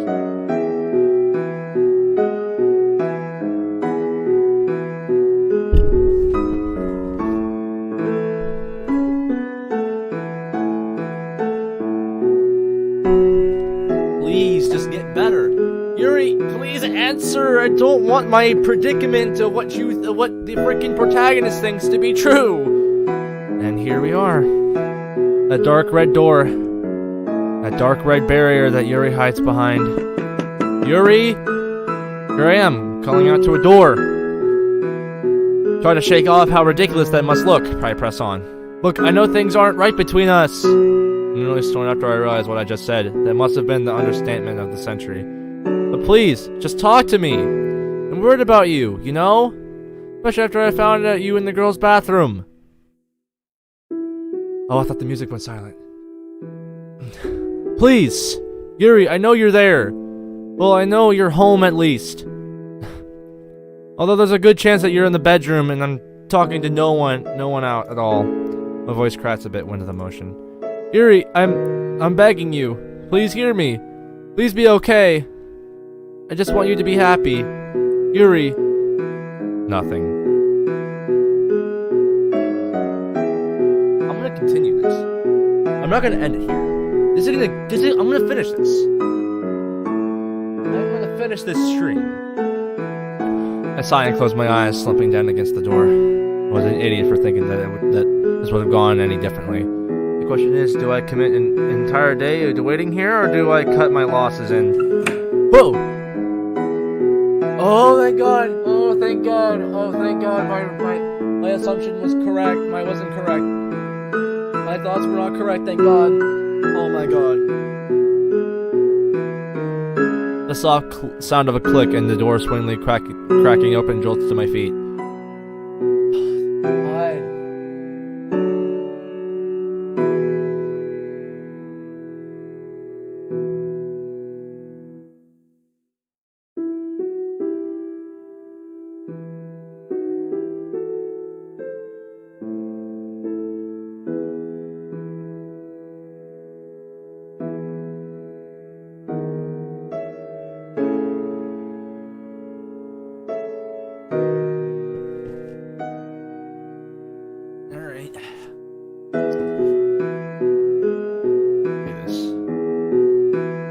Through the slightly ajar doorway, I can see a very unsure-looking Yuri. For a moment, there's silence between us. A silence that actually feels very, very awkward. I thought, thank God, my assumption was freaking wrong. Oh, it would have been so sad if it was, and I'm not gonna say it because I don't want to jinx myself either. Can I come in? Wordlessly, she looks down, biting her lip. In my mind's eye, I practically see her receding back behind her shell again. That shell that I thought I'd help crack for good. Where we can just talk here if you're not comfortable letting me in. Honestly, I'll take whatever I can get at this point. My words, Yuri nods and slowly swings the door open. I can hardly dare to believe that she's even talking to me again. On paper, it sounds ridiculous. Who would internally celebrate talking to their girlfriend again? After everything that's happened, it just goes to show that the severity of the situation. So, nervously jamming my hand in my pockets, I struggle to get some words out of my mouth. Anything to break this awkward silence. But I don't even know where to start. There are so many things I feel like I should say. The weight of the argument feels like it's weighing even heavier on my shoulders right now. And the music goes silent. She looked at me with an expression both expectant and sad. None of us know how to make our first move. How have you been? And of course I opened with such a stupid question. I've been okay. More silence. I see. That's good. Almost laughable. Can't really think that I believe that she's being okay, right? Oh, and here it comes again. My damn sarcastic side.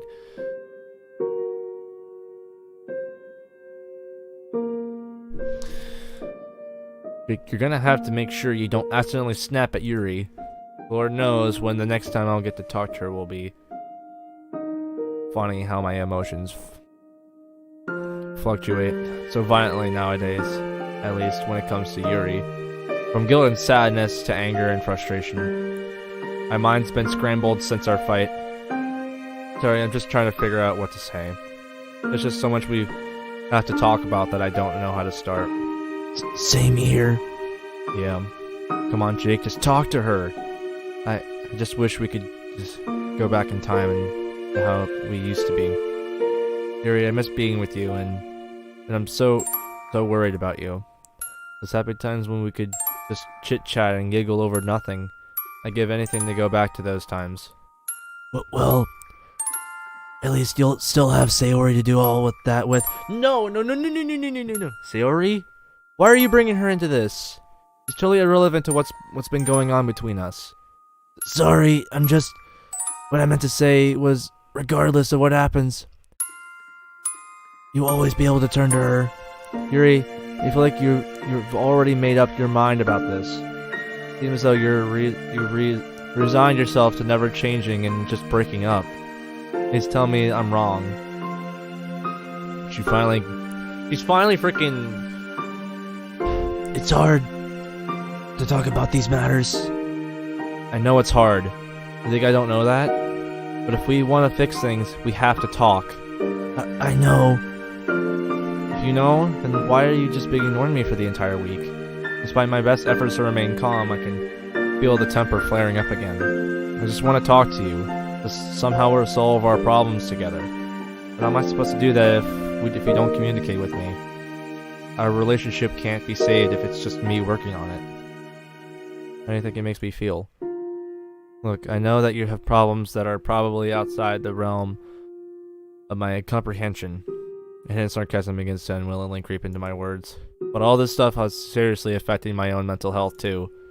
My feelings aren't invalidated because you have more difficult problems to deal with, right? I never said... Yes, you might not intend to, but sometimes I feel like implications like that weigh down on me. So come on, Yuri. If I can talk about these things that I've never told anyone else before, why can't you? Okay, I know you're probably unsure of what to say first, so how about we start with the argument? You tell me your side of it? What did I say that upset you so much? I feel like I'm being too aggressive now, but I can't help it. It's as though I had gotten the answers to get out of her while I still can. You wouldn't understand. Have you not been listening to a thing I said? How am I supposed to understand if you're not helping me to see your perspective? Jake Looks down, filling with her strand of her hair. I can't. You what? I can't deal with all this right now. What are you talking about? You can't understand this? How am I supposed to explain why the things you said were hurtful? And again, with the lack of communication. Have you heard yourself? Do you know how much you've been pushing me in this conversation? Look, sorry if I'm being kind of blunt right now. But what else am I supposed to do? I already tried giving you space and playing the good cop, so you can't blame me for trying to be more assertive this time. I wouldn't call this being assertive. Then what would you call this, huh? Yuri, just forget this about social constraints and politeness for a moment. Even if your honest feelings are gonna hurt me, I want to hear them. If you believe politeness is the only thing stopping me from talking, then you must know that you must not know me well as you thought. Huh? But that's besides the point. Okay, but I'm serious when I say that you can lay it on me. Jake, just tell me what you're thinking already. Can you stop attacking me for 1 second? Attacking? I'm sorry if it feels like I'm attacking you, but it's the only thing that seemed to have worked so far. What do you want me to do then? Not say anything? I want you to do what you've been doing all along. That is, until our argument. But I clearly didn't make too big of a difference acting that way. All this time I've been trying to gently nag at you to open up and to go to therapy and to actually do something to fix your problems. But look at where we are now. So now you're finally showing your true face. What? I should have known. No one could be that kind of impatient towards me. All this time, you've just been a fair weather friend. Or should I say boyfriend? What are you on about now? You can't handle our relationship unless everything is happy. Back then, you let me believe that you'd support me no matter what. Even when you knew what I was getting bullied, or even when you found out how much of a freak I am. Everything was just a lie, I guess. All you want to do is dump me on at the therapist's office to cure me. That's totally not what I was trying to say at all. And are you going to just forget everything that I've done out of love for you? I've helped you do things like deliver books at school countless times. I'm the one who encountered you to become better friends with Natsuki. Not to mention all the times I've helped you talk to cashiers and strangers. Oh, and don't forget all the phone calls I've made for you too. Every single time I've tried to support you and have your back, even during the times when you were wrong. I've stood beside you through thick and thin. I've had to think up dozens and pep talks on the spot. All that just to help you feel better about everything. Yuri looks down, unable to meet my eyes anymore. Some emotion, guilt maybe, or shame, clouds the violet of her arises. About my talk of therapy, well, what else am I meant to do here? You really think self-harm is something that I have experience with? I only found out about your scars by accident. You haven't told the other girls, or even your parents, so... Jake, do not talk about my parents! Kinda scary how I can almost tangibly feel Yuri's mood spike from bleak distress to anger. Still, I can't seem to stop myself from pressing on. Why not? Don't forget I comforted you about that too. You know what? If you didn't communicate with them, if they couldn't even help you, how am I supposed to do that? You know nothing about the relationship I had with them. You know, you were right. I'm starting to believe that I don't know how much about you either. Don't even know why argument happened in the first place, or how this conversation turned into another argument.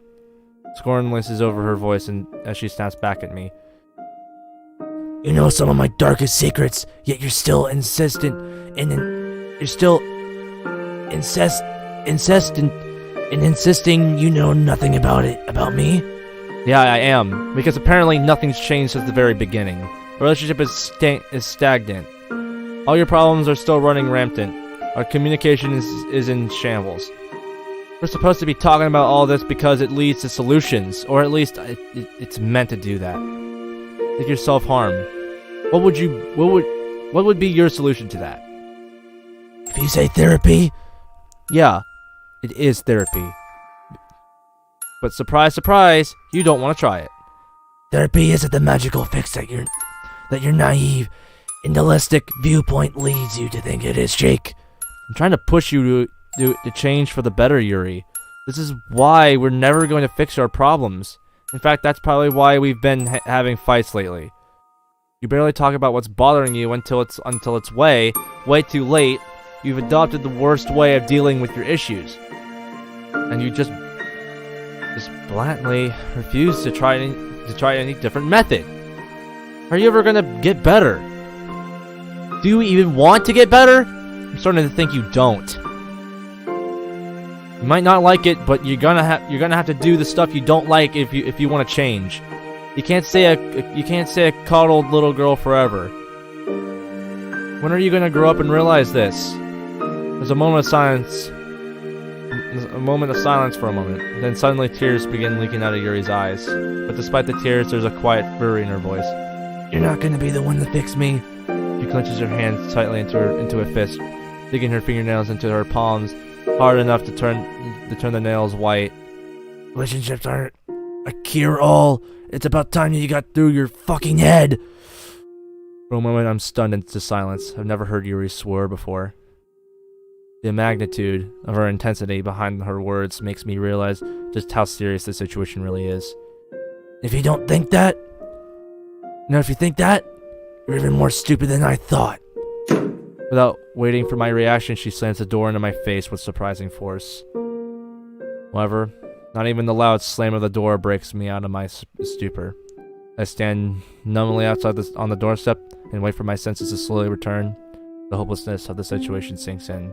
I stare at the door, not even trying to fight off the waves of despair coursing through me. How is it possible that things got even worse? How's it possible that once more, I'm once again separated from Yuri by a physical barrier? I don't understand.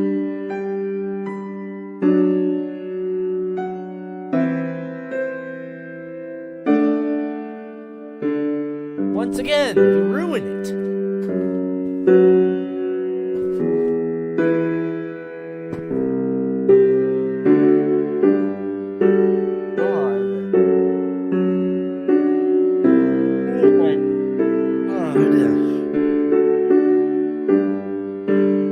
The smooth brown hue of the door taunts me. The more I miserably stare at it, the more it feels like some sort of an impenetrable fortress. The shock of being thrown out and hearing Yuri swear, which blunted the anger I've been feeling, is quickly ebbing away, leaving only resentment in its wake. Yeah, that's right. Just close the door on me, because that'll really fix your problems, won't it?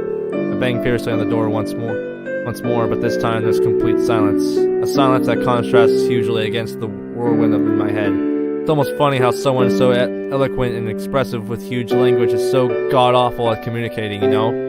Well, it'd be funny if it weren't so sad. With one last bang on the door, I turn on my heel and leave, despite a sadistic part of me enjoying the verbal fury I just threw at her. There's a fury I just threw at her. There's no denying the bitter aftertaste of my words. Well, there's no point staying here.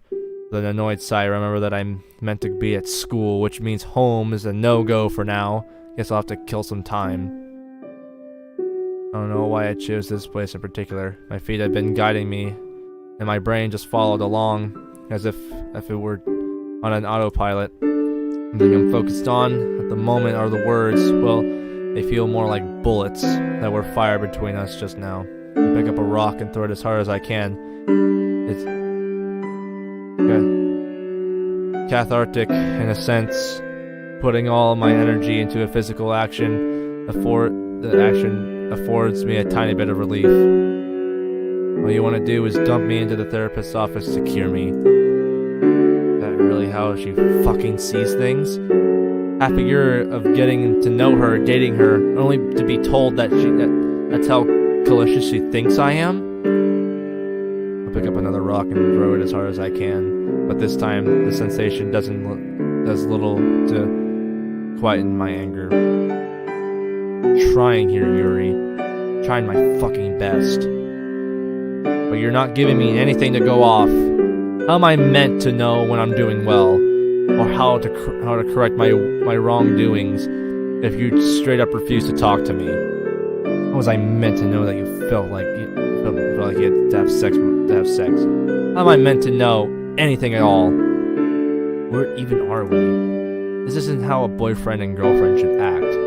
It's sad. Right at the beginning of our relationship, I wondered what we were, and now, when it looks like this is the end of our relationship, here I am, wondering the exact same thing again.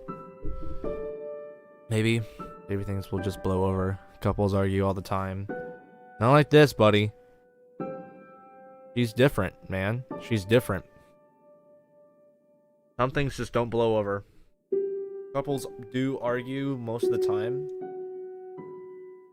But the way you fought with her about what's happened with her, therapy, scars, where she cuts herself, do you think she will forgive you for that, man? Not a chance. They do, but once as I recall the quiet fury in her voice as she warned me not to talk about her parents.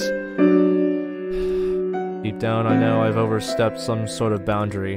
Again, the question is, can I redeem myself? What to say? You better not go into another freaking transition, or I will murder you. That question lingers over me throughout the day, even after I'm back at home. Ah. I say that and it happens. I'm already mad.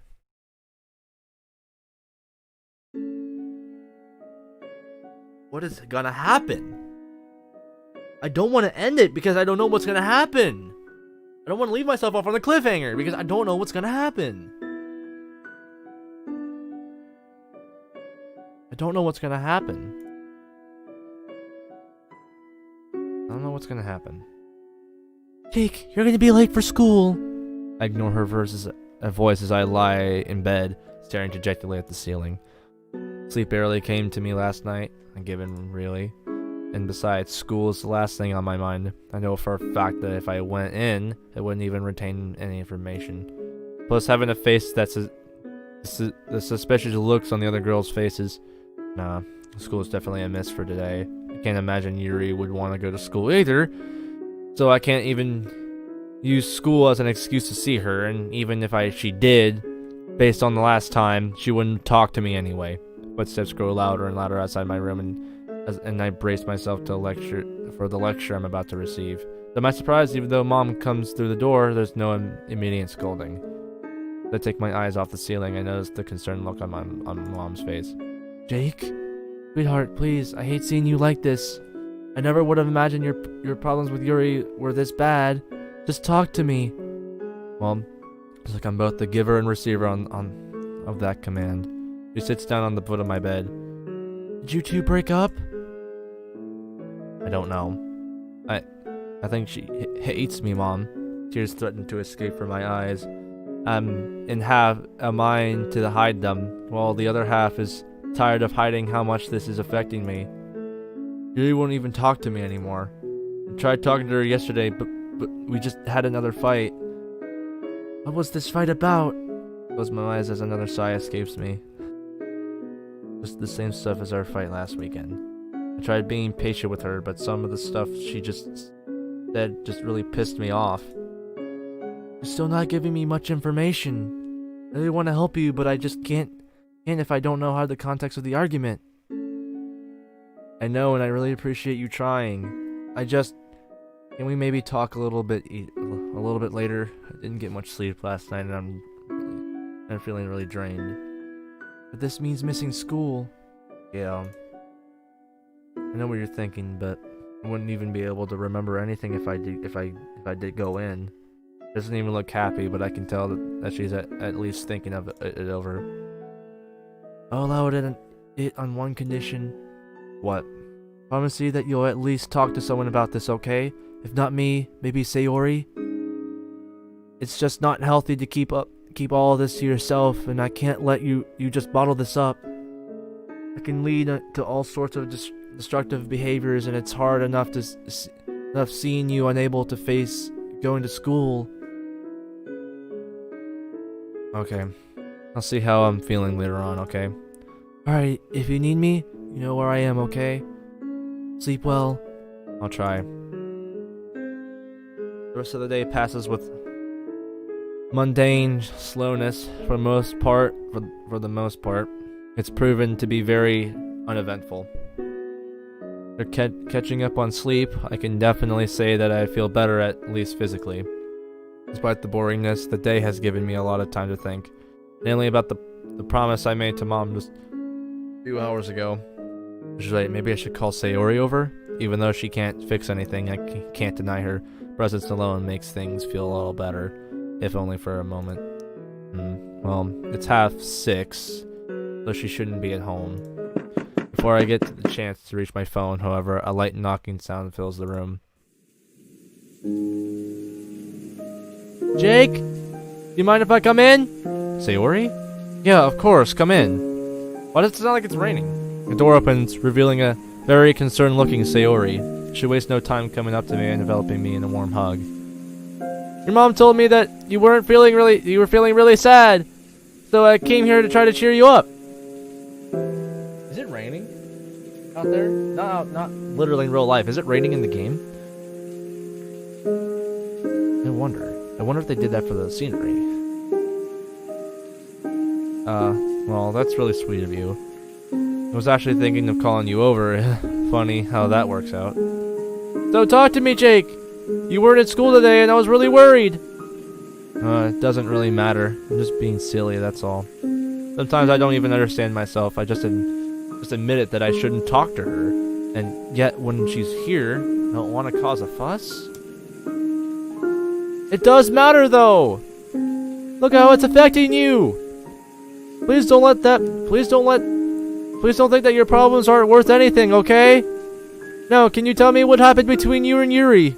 She gently squeezes my hands and my breath hinges in my throat. For a moment, I look into her eyes and find nothing but warmth. Okay, but you have to promise me that what I'm about to tell you stays between us, alright? No one else can know this. Not Natsuki, not Monica, and definitely not Yuri. Okay, I promise! To shake off the feeling that I'm somehow about to betray Yuri. But I have my own needs as well. And if I'm going to talk to someone about the issues we're having, I'm going to have to be 100% transparent. Do you remember when you found me and Yuri in the girls' bathroom last week? She nods. Well, Yuri was... Last chance, Jake. She was cutting herself. So Yuri's reaction is exactly how I imagined it would be. Shock and sadness. Huh? She cuts herself? But why? It's basically kind of a coping strategy for when she feels really stressed or overwhelmed. That's so sad, though. I had no idea poor Yuri was going through this. She tries very hard to hide it, so don't feel too bad. Besides, I only found out by accident. But that's a really bad way to deal with stuff, isn't it? I heave a sigh. As nice as it is to find someone who agrees with me, Yuri's affirmation drives home my helplessness. Yes, it is. I've been trying to nag her to try therapy, but that's basically caused 2 huge fights we've had. She just thinks that I'm naive and stupid, that I see therapy as some magical fix to her issues. I get that it won't be easy for her, but she's not even willing to try it. How long has she been cutting herself for? Like a couple of years? It wasn't too bad up until her parents died. Wait! What? Her parents are dead? Oh my god! I need to comfort her, Jake! There's really no point in doing it now. It's not like she'll respond to you.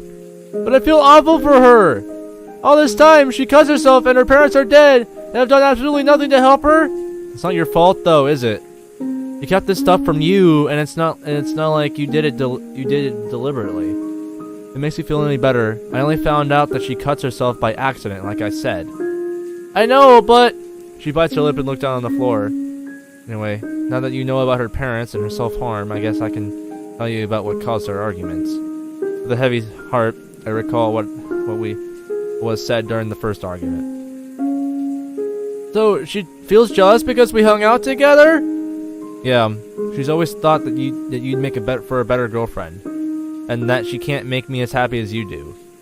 I've reassured her many times that you and I are just good friends, but I guess she doesn't see it that way. There's a pained look on Sayori's face. I'm really sorry, Jake. Don't be. Nothing is your fault. If there's anyone I'm really pissed off with, it's those 2 bullies who used to prey on her insecurities. I guess years of being bullied really changed the way she sees herself, and it really fucking sucks.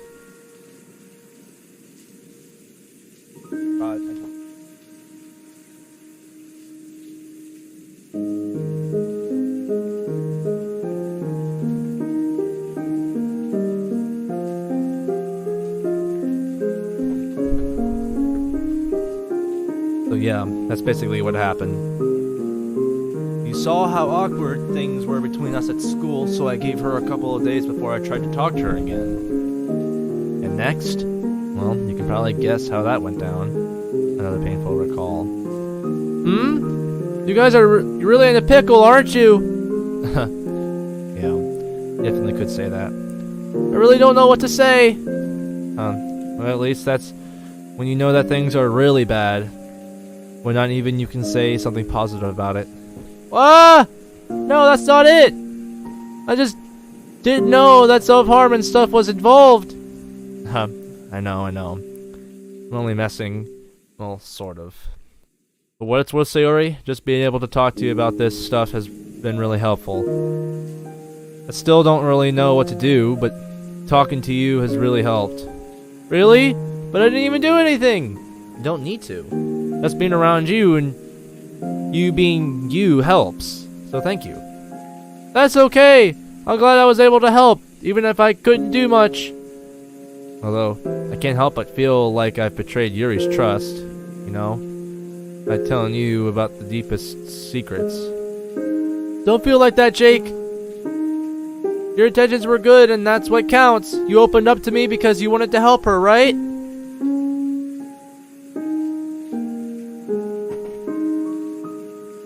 Don't like sounds. Make those sounds.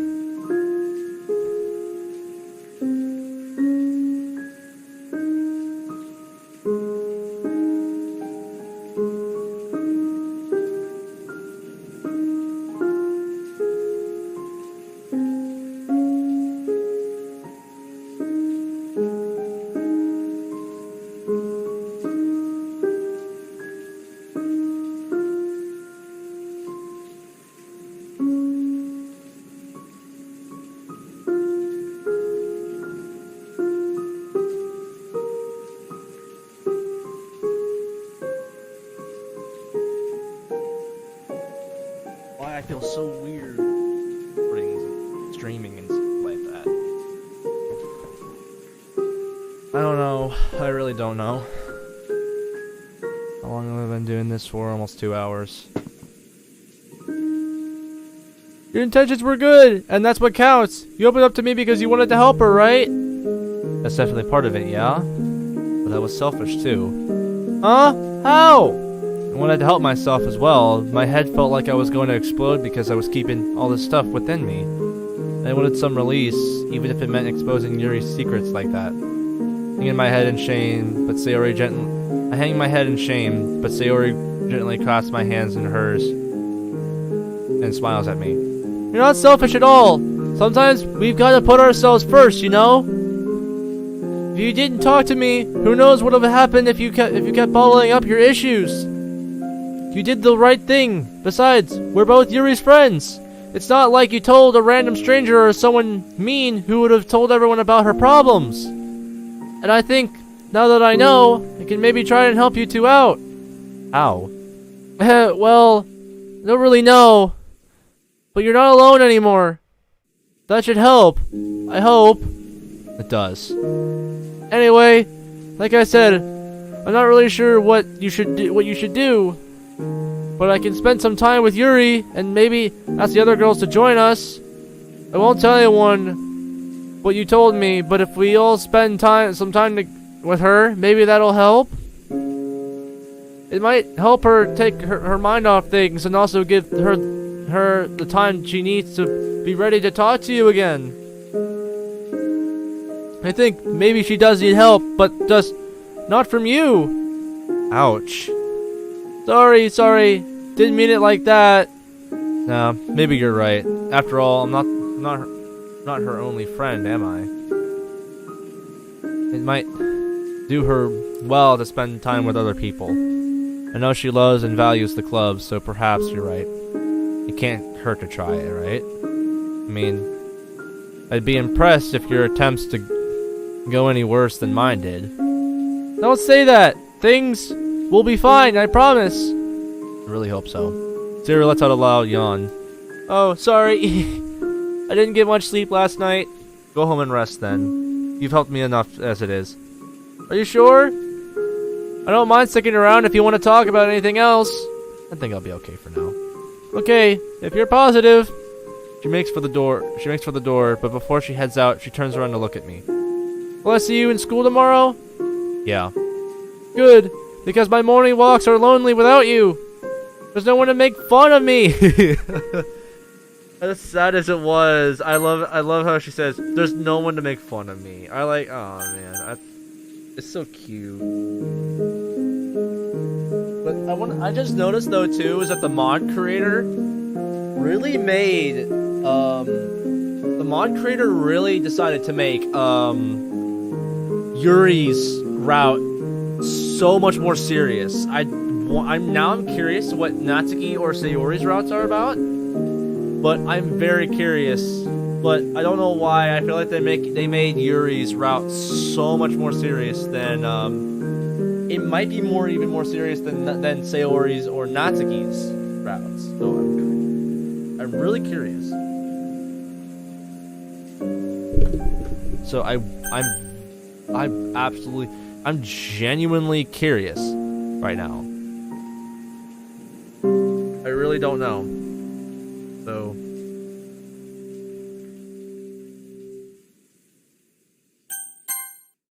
she pouts, and I can't. I hit like right click. She pounce, and I can't help but laugh. A genuine laugh that restores some light to the bleakness that surrounds me. Anyway, I'll see you at school tomorrow morning then. Although she leaves, the faint tinge of hope lingers in the air. I just hope it stays. Please be right, Sayori. Please let things be fine again.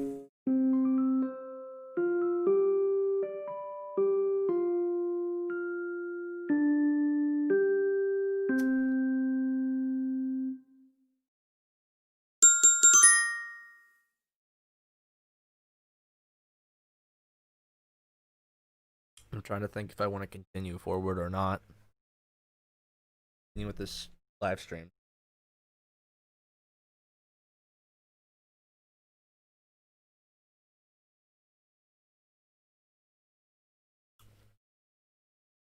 But I'm too curious to give up, so I'll stream as long as I can. I'll try to stream as long as I can, guys.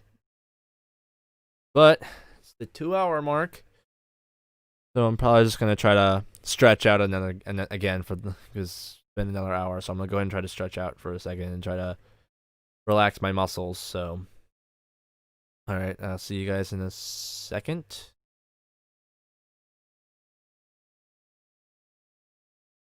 All right, hold on.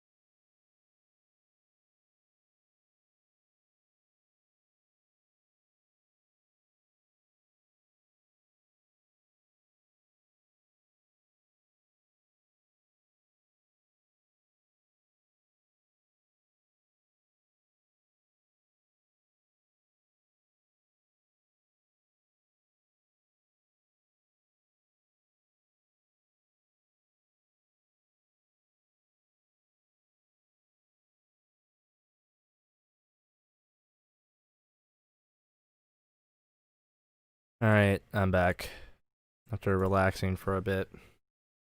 We'll go ahead and continue this. Just need to stretch my muscles and get comfortable again. So it's like being in a car. You can't get up for a good bit, so anyway. What? Not for the first time I've woken up on my phone. Man, this thing really is a... I stopped dead in my tracks once I noticed who the text is from. Cliffhanger, but I don't want a cliffhang. I don't like cliffhangers, because... Oh, God, Oh, great. How does the frick look? Of course it looks forward. Of course.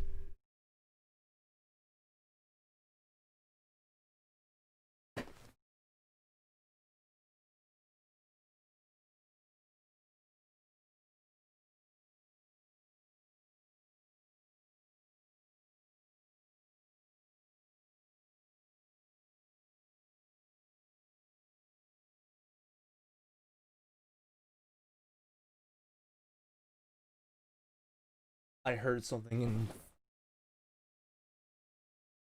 Not. But I... Right now. Anyway, no freaking transition or no cliffhanger or anything like that. No cliffhanger or anything like that. The remaining festivities of sleep are instantly replaced by a horrible mixture of both anticipation and stress. Holy... How long is the text? You don't have to make any more excuses for me, Jake. You don't have to make so many excuses for such a pitiful, self-loathing freak. How truly pathetic I really am. Yearning for the past, yearning for my parents, people I couldn't even be transparent with. Maybe it was for the best that I didn't show them how abhorrent I truly am. They would have been worried and would have wasted so much time trying to convince me to get help, much like you do. But me being the selfish, pathetic person I am, I can't even do that.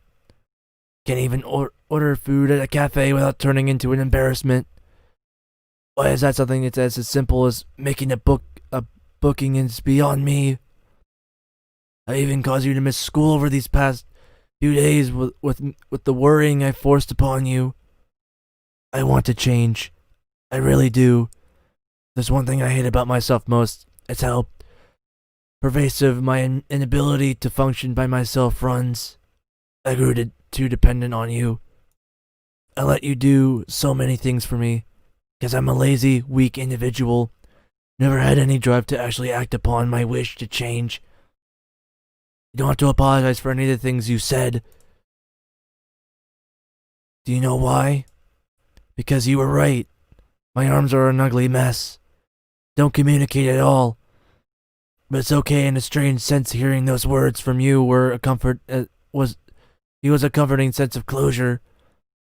But it confirmed what I always knew in my head, that I really am an aberration. I finally realized that every single person who ever bullied me was in the right and I was in the wrong. Especially about you, to think you could have changed me.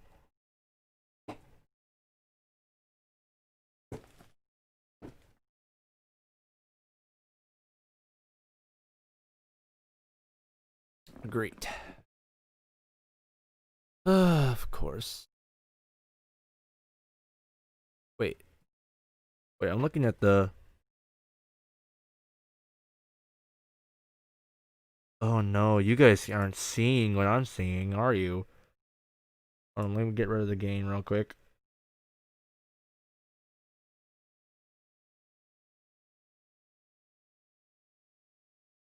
What?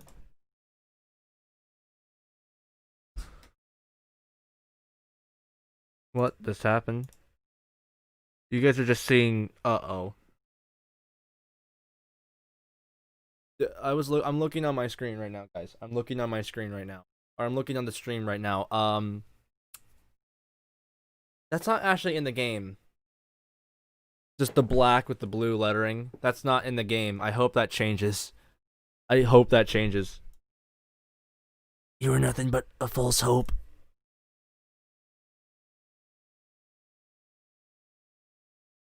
And I know it's extremely selfish of me to dump such a long text on you, but it's the only way I can feel like I can actually talk to you now. Besides, I know you don't want to see me anymore, and even getting this out proved to be extremely difficult, so please forgive me. And I'm so sorry.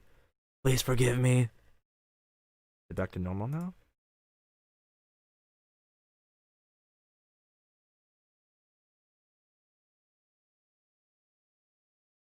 That's weird the way you guys saw that.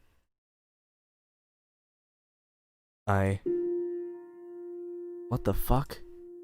For a few moments, I just stare dumbly at my phone, and as my brain tries to process such a damning text, part of me feels like it's on fire.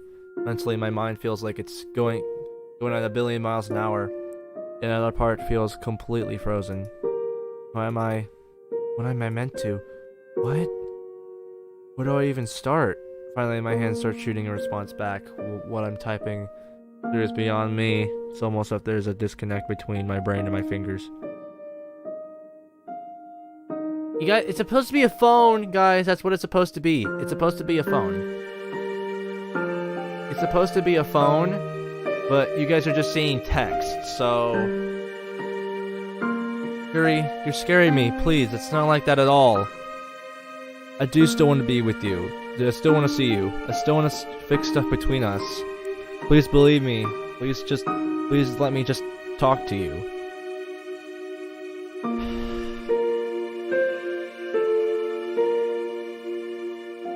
Agonizingly slow moments pass by without a response. I waste no time in ringing her, but... Wait, what am I doing? Oh, stop. Of course, nothing. What do I do? I think that's Mom? Jake? Huh? Oh, that's Sayori. Jake! Sayori! I crossed the room and opened the door. What are you doing here? Well, I wanted to make sure you came to school today, of course. I realized you might still be feeling really down, so I came over again. Let's back at my phone and lying on my bed. It's still lying suspiciously silent. What's wrong? As always, Sayori is quick up on the uptake, noticing where I'm looking. Oh, did Yuri message you? Did Yuri come to school? Did Yuri come to school yesterday? Yeah, but... Don't even wait for her to finish before I start heading for this bathroom. I've got to see her today. And I've got to sort this out for good. Don't care what it takes. Something about Sakari's lashes is effectively registering in my brain. I didn't see Yuri anywhere before my first lesson. And by that point, I had to reluctantly stay, looking like she isn't in. God damn it, Sayori, you said she came in yesterday, so of course I had to assume that the same would hold true for today. Finally, lunchtime. Pack my bag at light speed and rush over to the door, but just then. Jake, may I have a moment with you? God damn it, is the whole world against me today? I somehow managed to suppress my boiling emotions before turning into Sakari with a strange smile. Sir? Don't worry, I don't intend to hold you for long. Then get on with it. Jake, is everything alright with you? You haven't been paying any attention in class, and you look rather stressed. No, everything's not alright. Yes, I'm fine. Thanks for asking, sir. I know I'm just your teacher, but you can talk to me if need be, alright? Okay, thanks. Sorry, I'm just really need to use the bathroom. I was rushing too much to go this morning, so I was holding it in until now. In that case, don't let me stop you. The wave back, I rocket off to the club room. Sorry, Sakari, but I really have to hurry. I burst to the door and waste absolutely no time with my question. Have either of you two seen Yuri? No, I don't think so. Neither have I. She's not in today. Jake, we really need to... I don't even let her finish. Jake, where are you going? Sayori, you said you saw Yuri yesterday, right? Yeah, why? Was she okay? Like her sleeves were... Did they look different at all or anything? Her sleeves? I don't think so. But she looked really pale. And to be honest, she barely spoke to us. Although she did ask where you were. And then? Well, when we told her you didn't come in today, she left. She muttered something about needing the bathroom and she didn't come back. The wave of fear that shoots through me at a sickening speed almost makes me ill. Tell the others I'm gone home. Why? Jake, did something happen to Yuri? I've already started making my way to the end of the corridor. Sayori's concerned face barely even registers in my mind. Stop asking so many fucking questions and just do it. Desperately trying to fight off the feeling that I've made an awful mistake. I whip out my phone and urgently flip to Yuri's number. Come on. Nothing but the damning sound of the dial tone, droning on and on. I don't care if I have to break her down her damn front door. I'm going. Do it! Before I'm even able to approach the door, I hear a sound that I've been yearning to hear what feels like a very, very long time.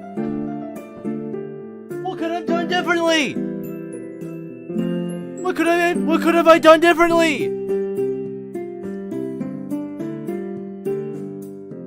What could have I done differently? 17 long episodes. And I get this as an ending? How far back do I have to go to make some different choices? I need to know. How far back do I have to go?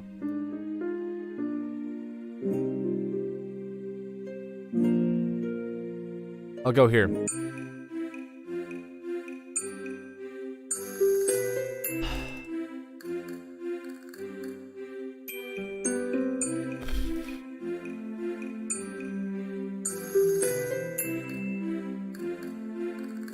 What happened? What the frick is happening? You know what? Hold on. There's a setting.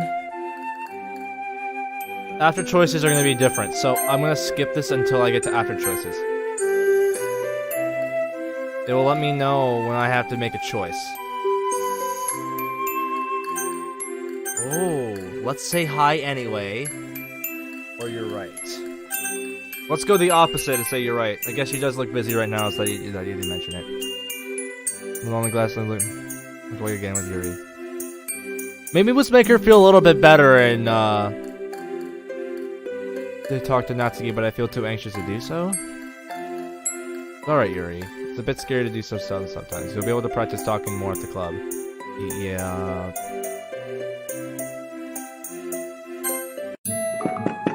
I'll have to make some,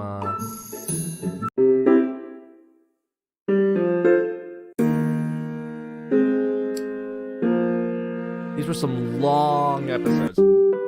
Long episodes.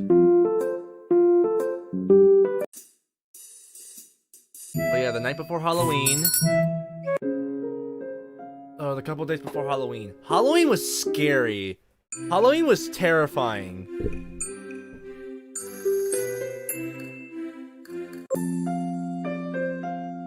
I didn't know where my mouse was. I was kind of scared because I didn't know where my mouse was.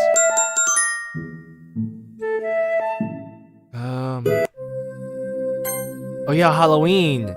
Okay, here's Halloween. Freaking scary. I was so terrified on Halloween, man. Oh, my choices affect stuff, so I need to do that. Okay, so yeah. I've already read all their poems, the Halloween poems. I've read all of them. So I know what they do. Nope. Yeah. I've already read all of them, so they're different. So they're not different, so they're the same. Monica's last, obviously. I always thought it was this, and I was like, what the hell? And then I just scroll down, and I like how Monica likes to separate the poems and stuff from actual stuff. Even though it's been a long time since we've read a poem from one of them, but... Dude, I was just freaked out that freaking night. It was so scary. Yeah, I remember when Yuri's eyes changed too that night. Oh, when her eyes changed to tell the ghost story.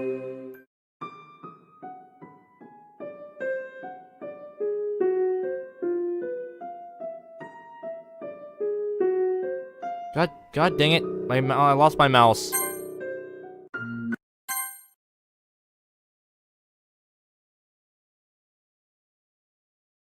Yeah, I forgot this.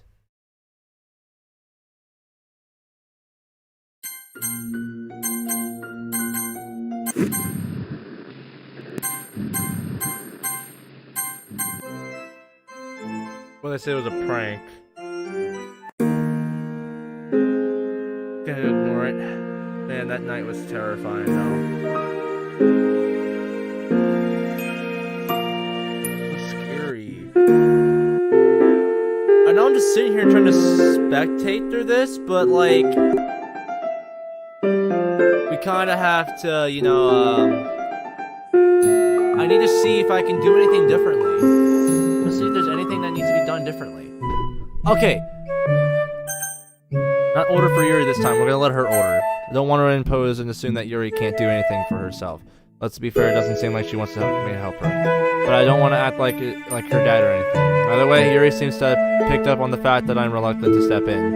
I attempt a smile and apologetic, yet encouraging way, but only affords me a single glance before looking down. Did I get oolong tea and then... Yeah. She watches her hair down the sentence, slurring her words together. Fortunately, the cashier seems to be able to make out what she's saying this time. Oh, tease in the moment. Okay. And then we just keep going until the next freaking cutscene. Or until the next choice.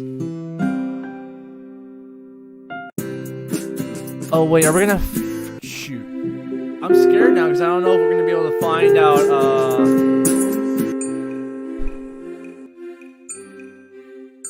We don't get a...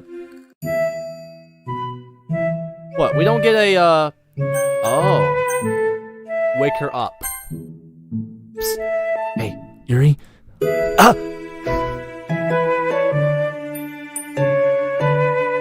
you for waking me up. Didn't think that I'd be this drowsy. No problem, I want to sleep again? Sure, that seems like a good idea. You can speak up. Well, I didn't really think that far ahead. Question asked away, do you think?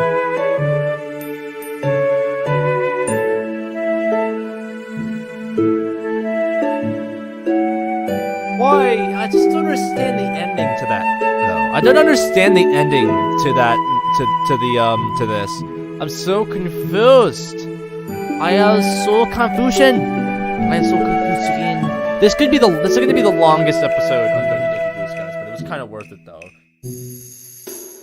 What happened? I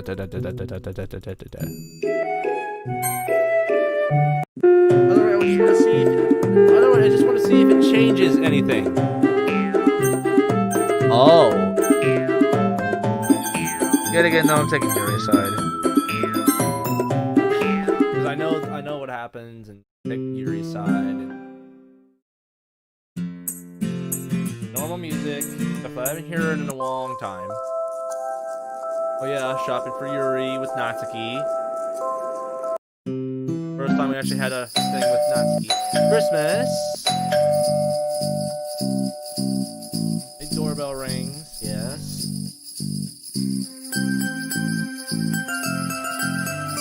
There's no active choices either, I don't believe, so I'm not entirely sure what to do.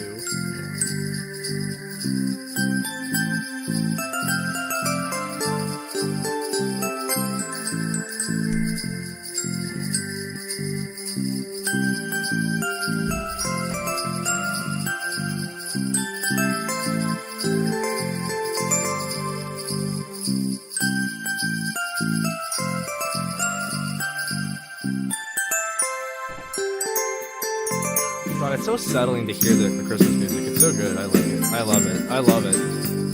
The Doki Doki theme for Christmas. It's so good. I love it. Got this. Okay. Keep going. Take down my Christmas stuff because. Oh wait, is this for the New Year's thing? Encourage her to call.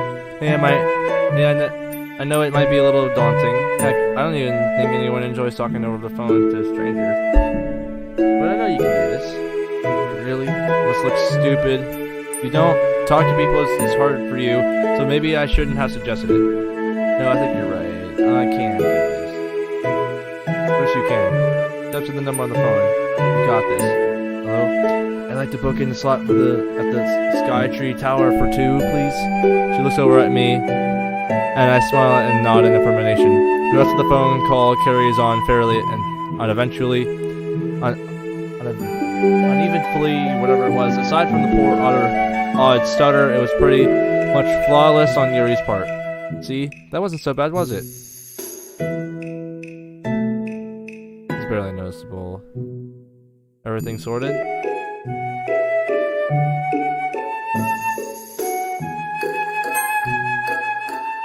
To working on the roof during Christmas, doing our first kiss thing. Act 3! Been a while since I've seen those other characters.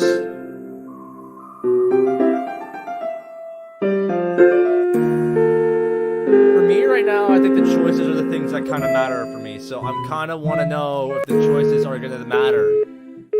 Oh yeah, the scariness of Yuri. That scary dream that freaked me the frick out. Oh, that's right. This is the night that Yuri. This is the night that Yuri cuts herself. It didn't take too long. It did not take too long. If you just skipped forward so much, it would not have taken so long.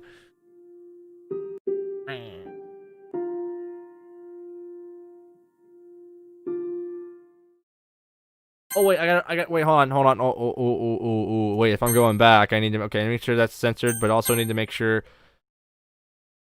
Actually,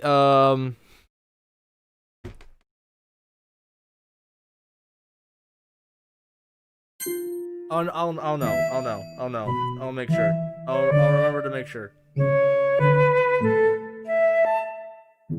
Should I go, your scars are beautiful, or you're beautiful? Actually, I'm gonna go, your scars are beautiful. They're not horrible, Yuri. Your scars are beautiful. No, they aren't. They're nothing but hideous, ugly a reminder of who I am. But sorry, but do you mind if we did something else? It's okay with you, that is, because I'd rather not talk about this any longer, if that's all right. I needed to change it. Okay, so hopefully Valentine's Day changes it.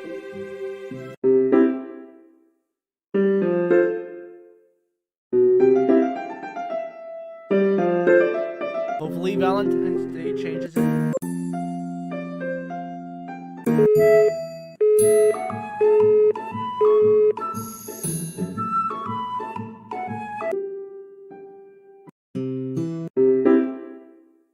I don't know if the choices change it or not. I'm curious.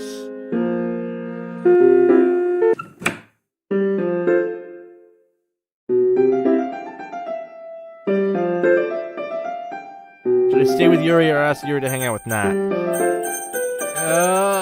Stay with Yuri. If Natsu doesn't feel like talking anymore, I don't want to push her. For all I know, forcing her to talk would cause her to blow up on me. I don't want her to nearly as well do as you.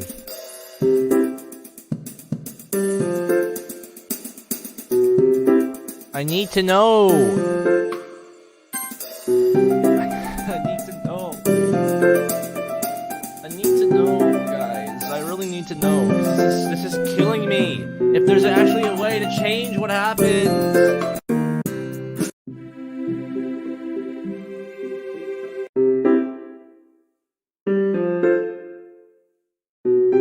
Is there a way?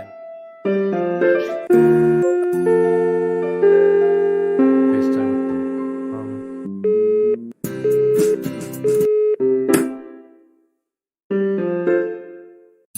Oh, let me find my mouse cursor. Oh, this is Valentine's Day. Oh, shoot. Oh, wait, where do we go first? Do we still want to go Haunted Mansion, or do we still want to go Fantasy Village? We'll go Haunted Mansion first. How about them Haunted Mansion? You get to the second choice. Oh, we still go anyway, that's right.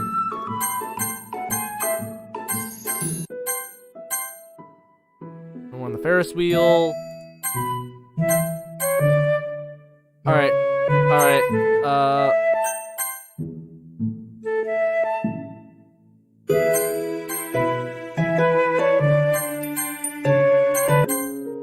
Okay, alright.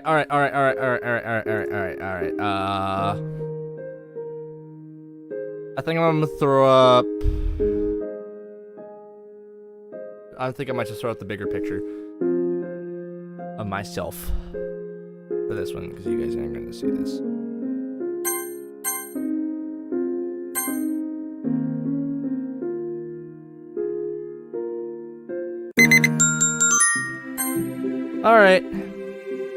Alright, you're good. Just didn't want you guys to experience the whole thing because the words and stuff like that. You guys probably wouldn't have been able to see it, but there's still a CG that I still don't feel comfortable showing to YouTube, so.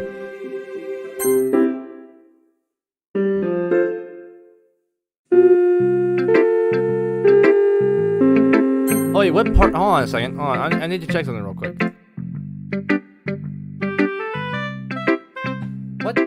what episode was the Valentine's Day episode? Let me take a look. Let me take a look.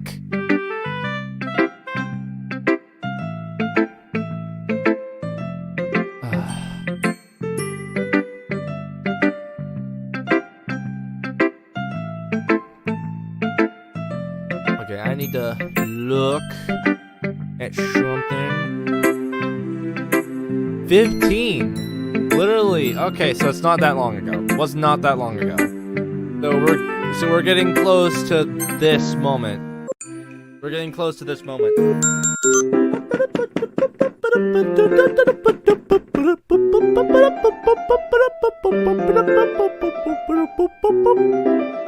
I think we did the study sessions in last stream. Last week. We did that last stream, so I'm just curious to see if anything changes. Oh yeah, we're hanging with Sayori during that stream. The end of it is when MC's mom comes in. Mini Sayori. It's so weird saying mini Sayori and then regular Sayori. Regular Sayori is so much cuter.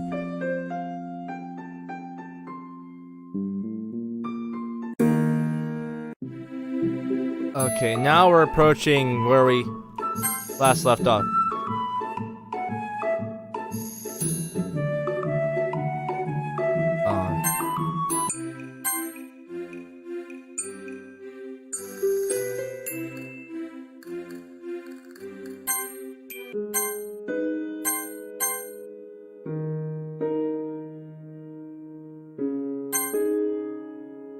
Damn it!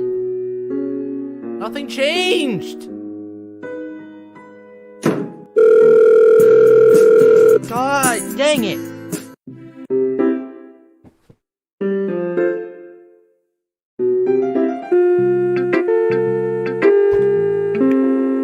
Nothing changed!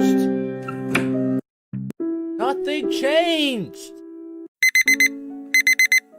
I don't know! I don't know what I could have done! I literally don't know what I could have done! I literally have no idea what I could have done in this situation. I literally have no idea what I could have done. There's nothing you could have done. Nothing. This was inevitable. She was gonna die.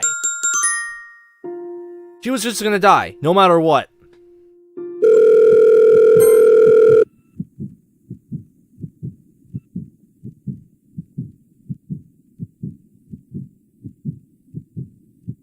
Noises are fading.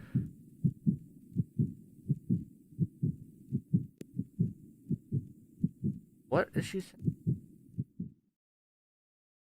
Damn it, it was inevitable. There was no way. There was no way to get it. There's no way.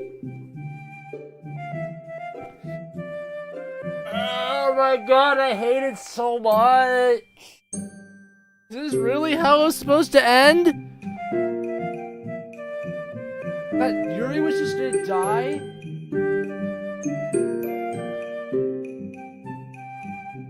I spent this entire 2-hour stream to see the ending of this mod, and Yuri just dies.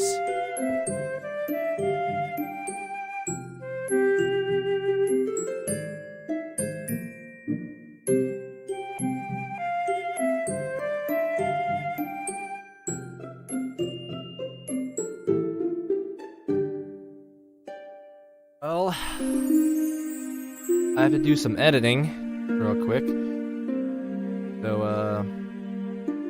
I guess I need to edit the thumbnail real quick, guys. But, oh no, wait, that's the wrong one. The wrong one. I pressed the wrong freaking.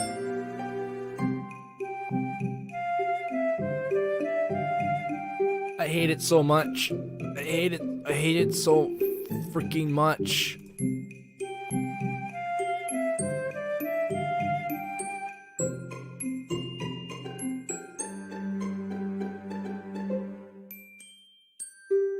The final thumbnail. Guys, this was it. This is it. This was the final episode on Doki Doki Blue Skies.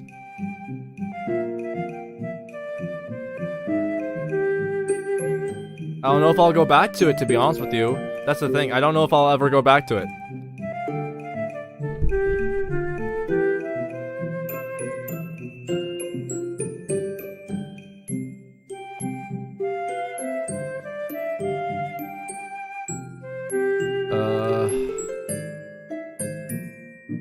I'm so mad though. I'm so mad. Hold on. I need to edit the stream real quick, guys. So give me a second. There we go. Change the name of the episode.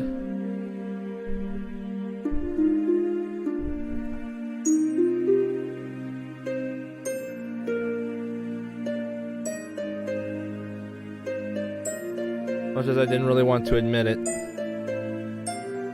That was the end. This is the end.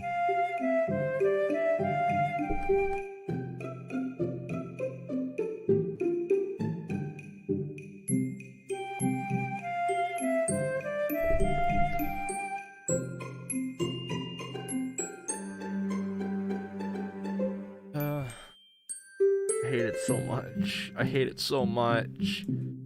That was the end! 17 long parts on Doki Doki freaking Blue Skies. And it's the end.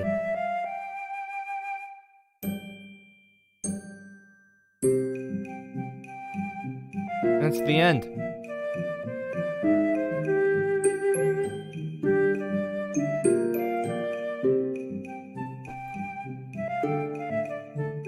This is it, guys. That was the final episode on Doki Doki Blue Skies. I cannot believe that all this time, that the ending was that Yuri dies. I'm so mad. But I can't carry on with the stream any longer. I've done so much on it already. I've done so much. I don't want to do anything else, really, is the thing. So almost 3 hours of a stream, guys. Almost 3 hours of a stream. Just so that way. And just so that way I can actually that way I can see if there's anything, and also have to change and see if there's anything inevitable I could do. It's inevitable. It can't be changed. You can't change the ending. There's no different ending for it. And I'm so pissed that there's no ending.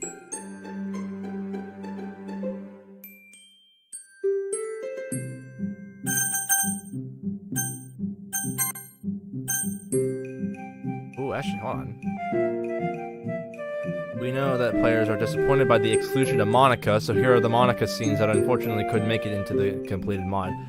Ooh, do you guys want... I'm actually gonna continue this right now with these. Never mind. Monica's first exclusive. Guess that everyone already has their pre-established routines here. I kind of like to talk to someone, but I wouldn't want to bother anyone either. It's always a bit hard to fit in with a group that's been together a while, at least when you first try to join. The differences between the levels of familiarity usually make the things a bit awkward. Although I can't complain much, these girls have been far more welcoming than they need to be. Plus, I sneak a peek over at Monica and Sayori, who are still talking animatedly. Sayori's chattering on, waving her arms around and energetically to try to make some sort of point. Meanwhile, Monica looks on with a thoughtful expression. I catch a few snippets of their conversation. We're probably gonna seem lame compared to all the other clubs, though. I guess the literature club doesn't have too much going on for it at the moment. But then I've always been part of the Go Home club myself, so I can't speak much of it. Ha. Got some mod that I need to play at some point, the Go Home club, so... Dang, I didn't even hold on. I'm gonna look up something. I'm actually gonna look at something.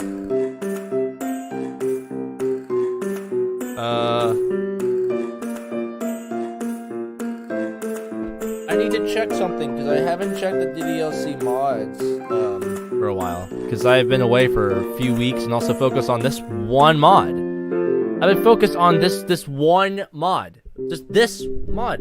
Blue Skies, and it's finally over. So, sort by. I need to see something in here.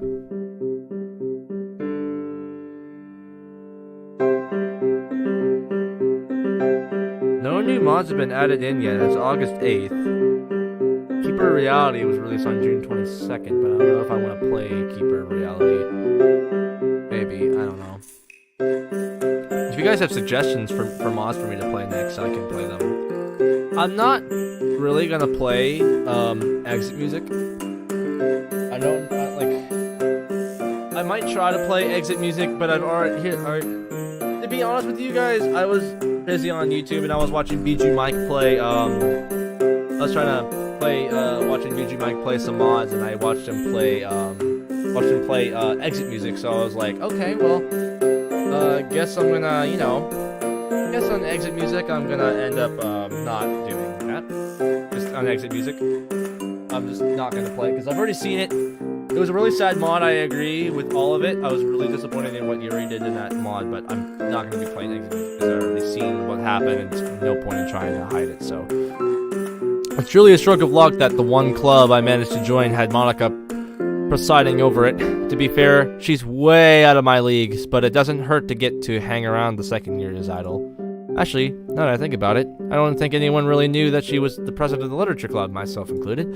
Which is kind of strange, considering how she's always been at the forefront of all our activities. I'm pretty sure that she's the captain of the girls' tennis team, and as she said yesterday, she was the president of the debate club last year.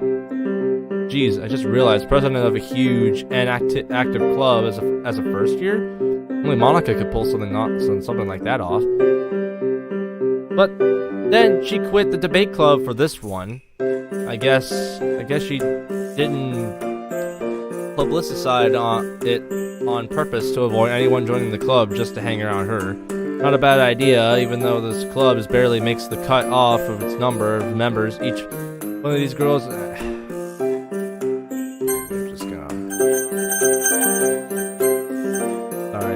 Sorry, I'm just gonna not. I'm not really feeling for it. I'm so freaking like stunned at the end of this mod. Oh no.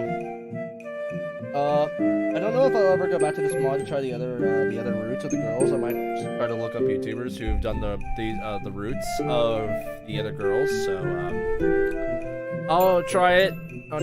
The routes of the other girls. If I want to, but I might just look up YouTubers who have already played Blue Skies and did the different routes for the other girls. So I've already done so much in this live stream as it is. There's like 10 more minutes left until the 3-hour mark, so I might just do that. Longest Doki Doki episode ever. I wasn't intending to make it this long. I really wasn't, but it's gotta happen. It had to. I was so curious on what would happen if girls did something weird. Actually, you know what? I'm getting so tired and getting hot in here, so I might just end it now and not worry about it. But yeah, I had really fun. I had so much fun with this one. So finally, if you guys want me to see any more mods or do any more mods, I'm actually finally taking recommendations to play more Doki Doki mods. If you guys want me to play some more, I will definitely play some more. I'm gonna try avoiding long episodes. When I heard that this was a 20+ hour long one, I don't want to make 30-minute episodes for each of them, because if I did that, then it would have been so bad. So yeah, it would have been super bad. But that's gonna conclude it. Thank you guys so much for watching. If you guys did like it, then please like this. I really did enjoy this experience as well. Subscribe if you guys are brand new. As well, comment down below who is your favorite Doki, and as well any mod suggestions and how you guys felt about this mod and the ending. And also just comment down below anything. And also hit that notification bell so you guys want to be notified when I go live or when I do when I upload videos. Please hit that notification bell. It'd be really appreciative. Thank you guys so much for watching, and I'll see you guys next time.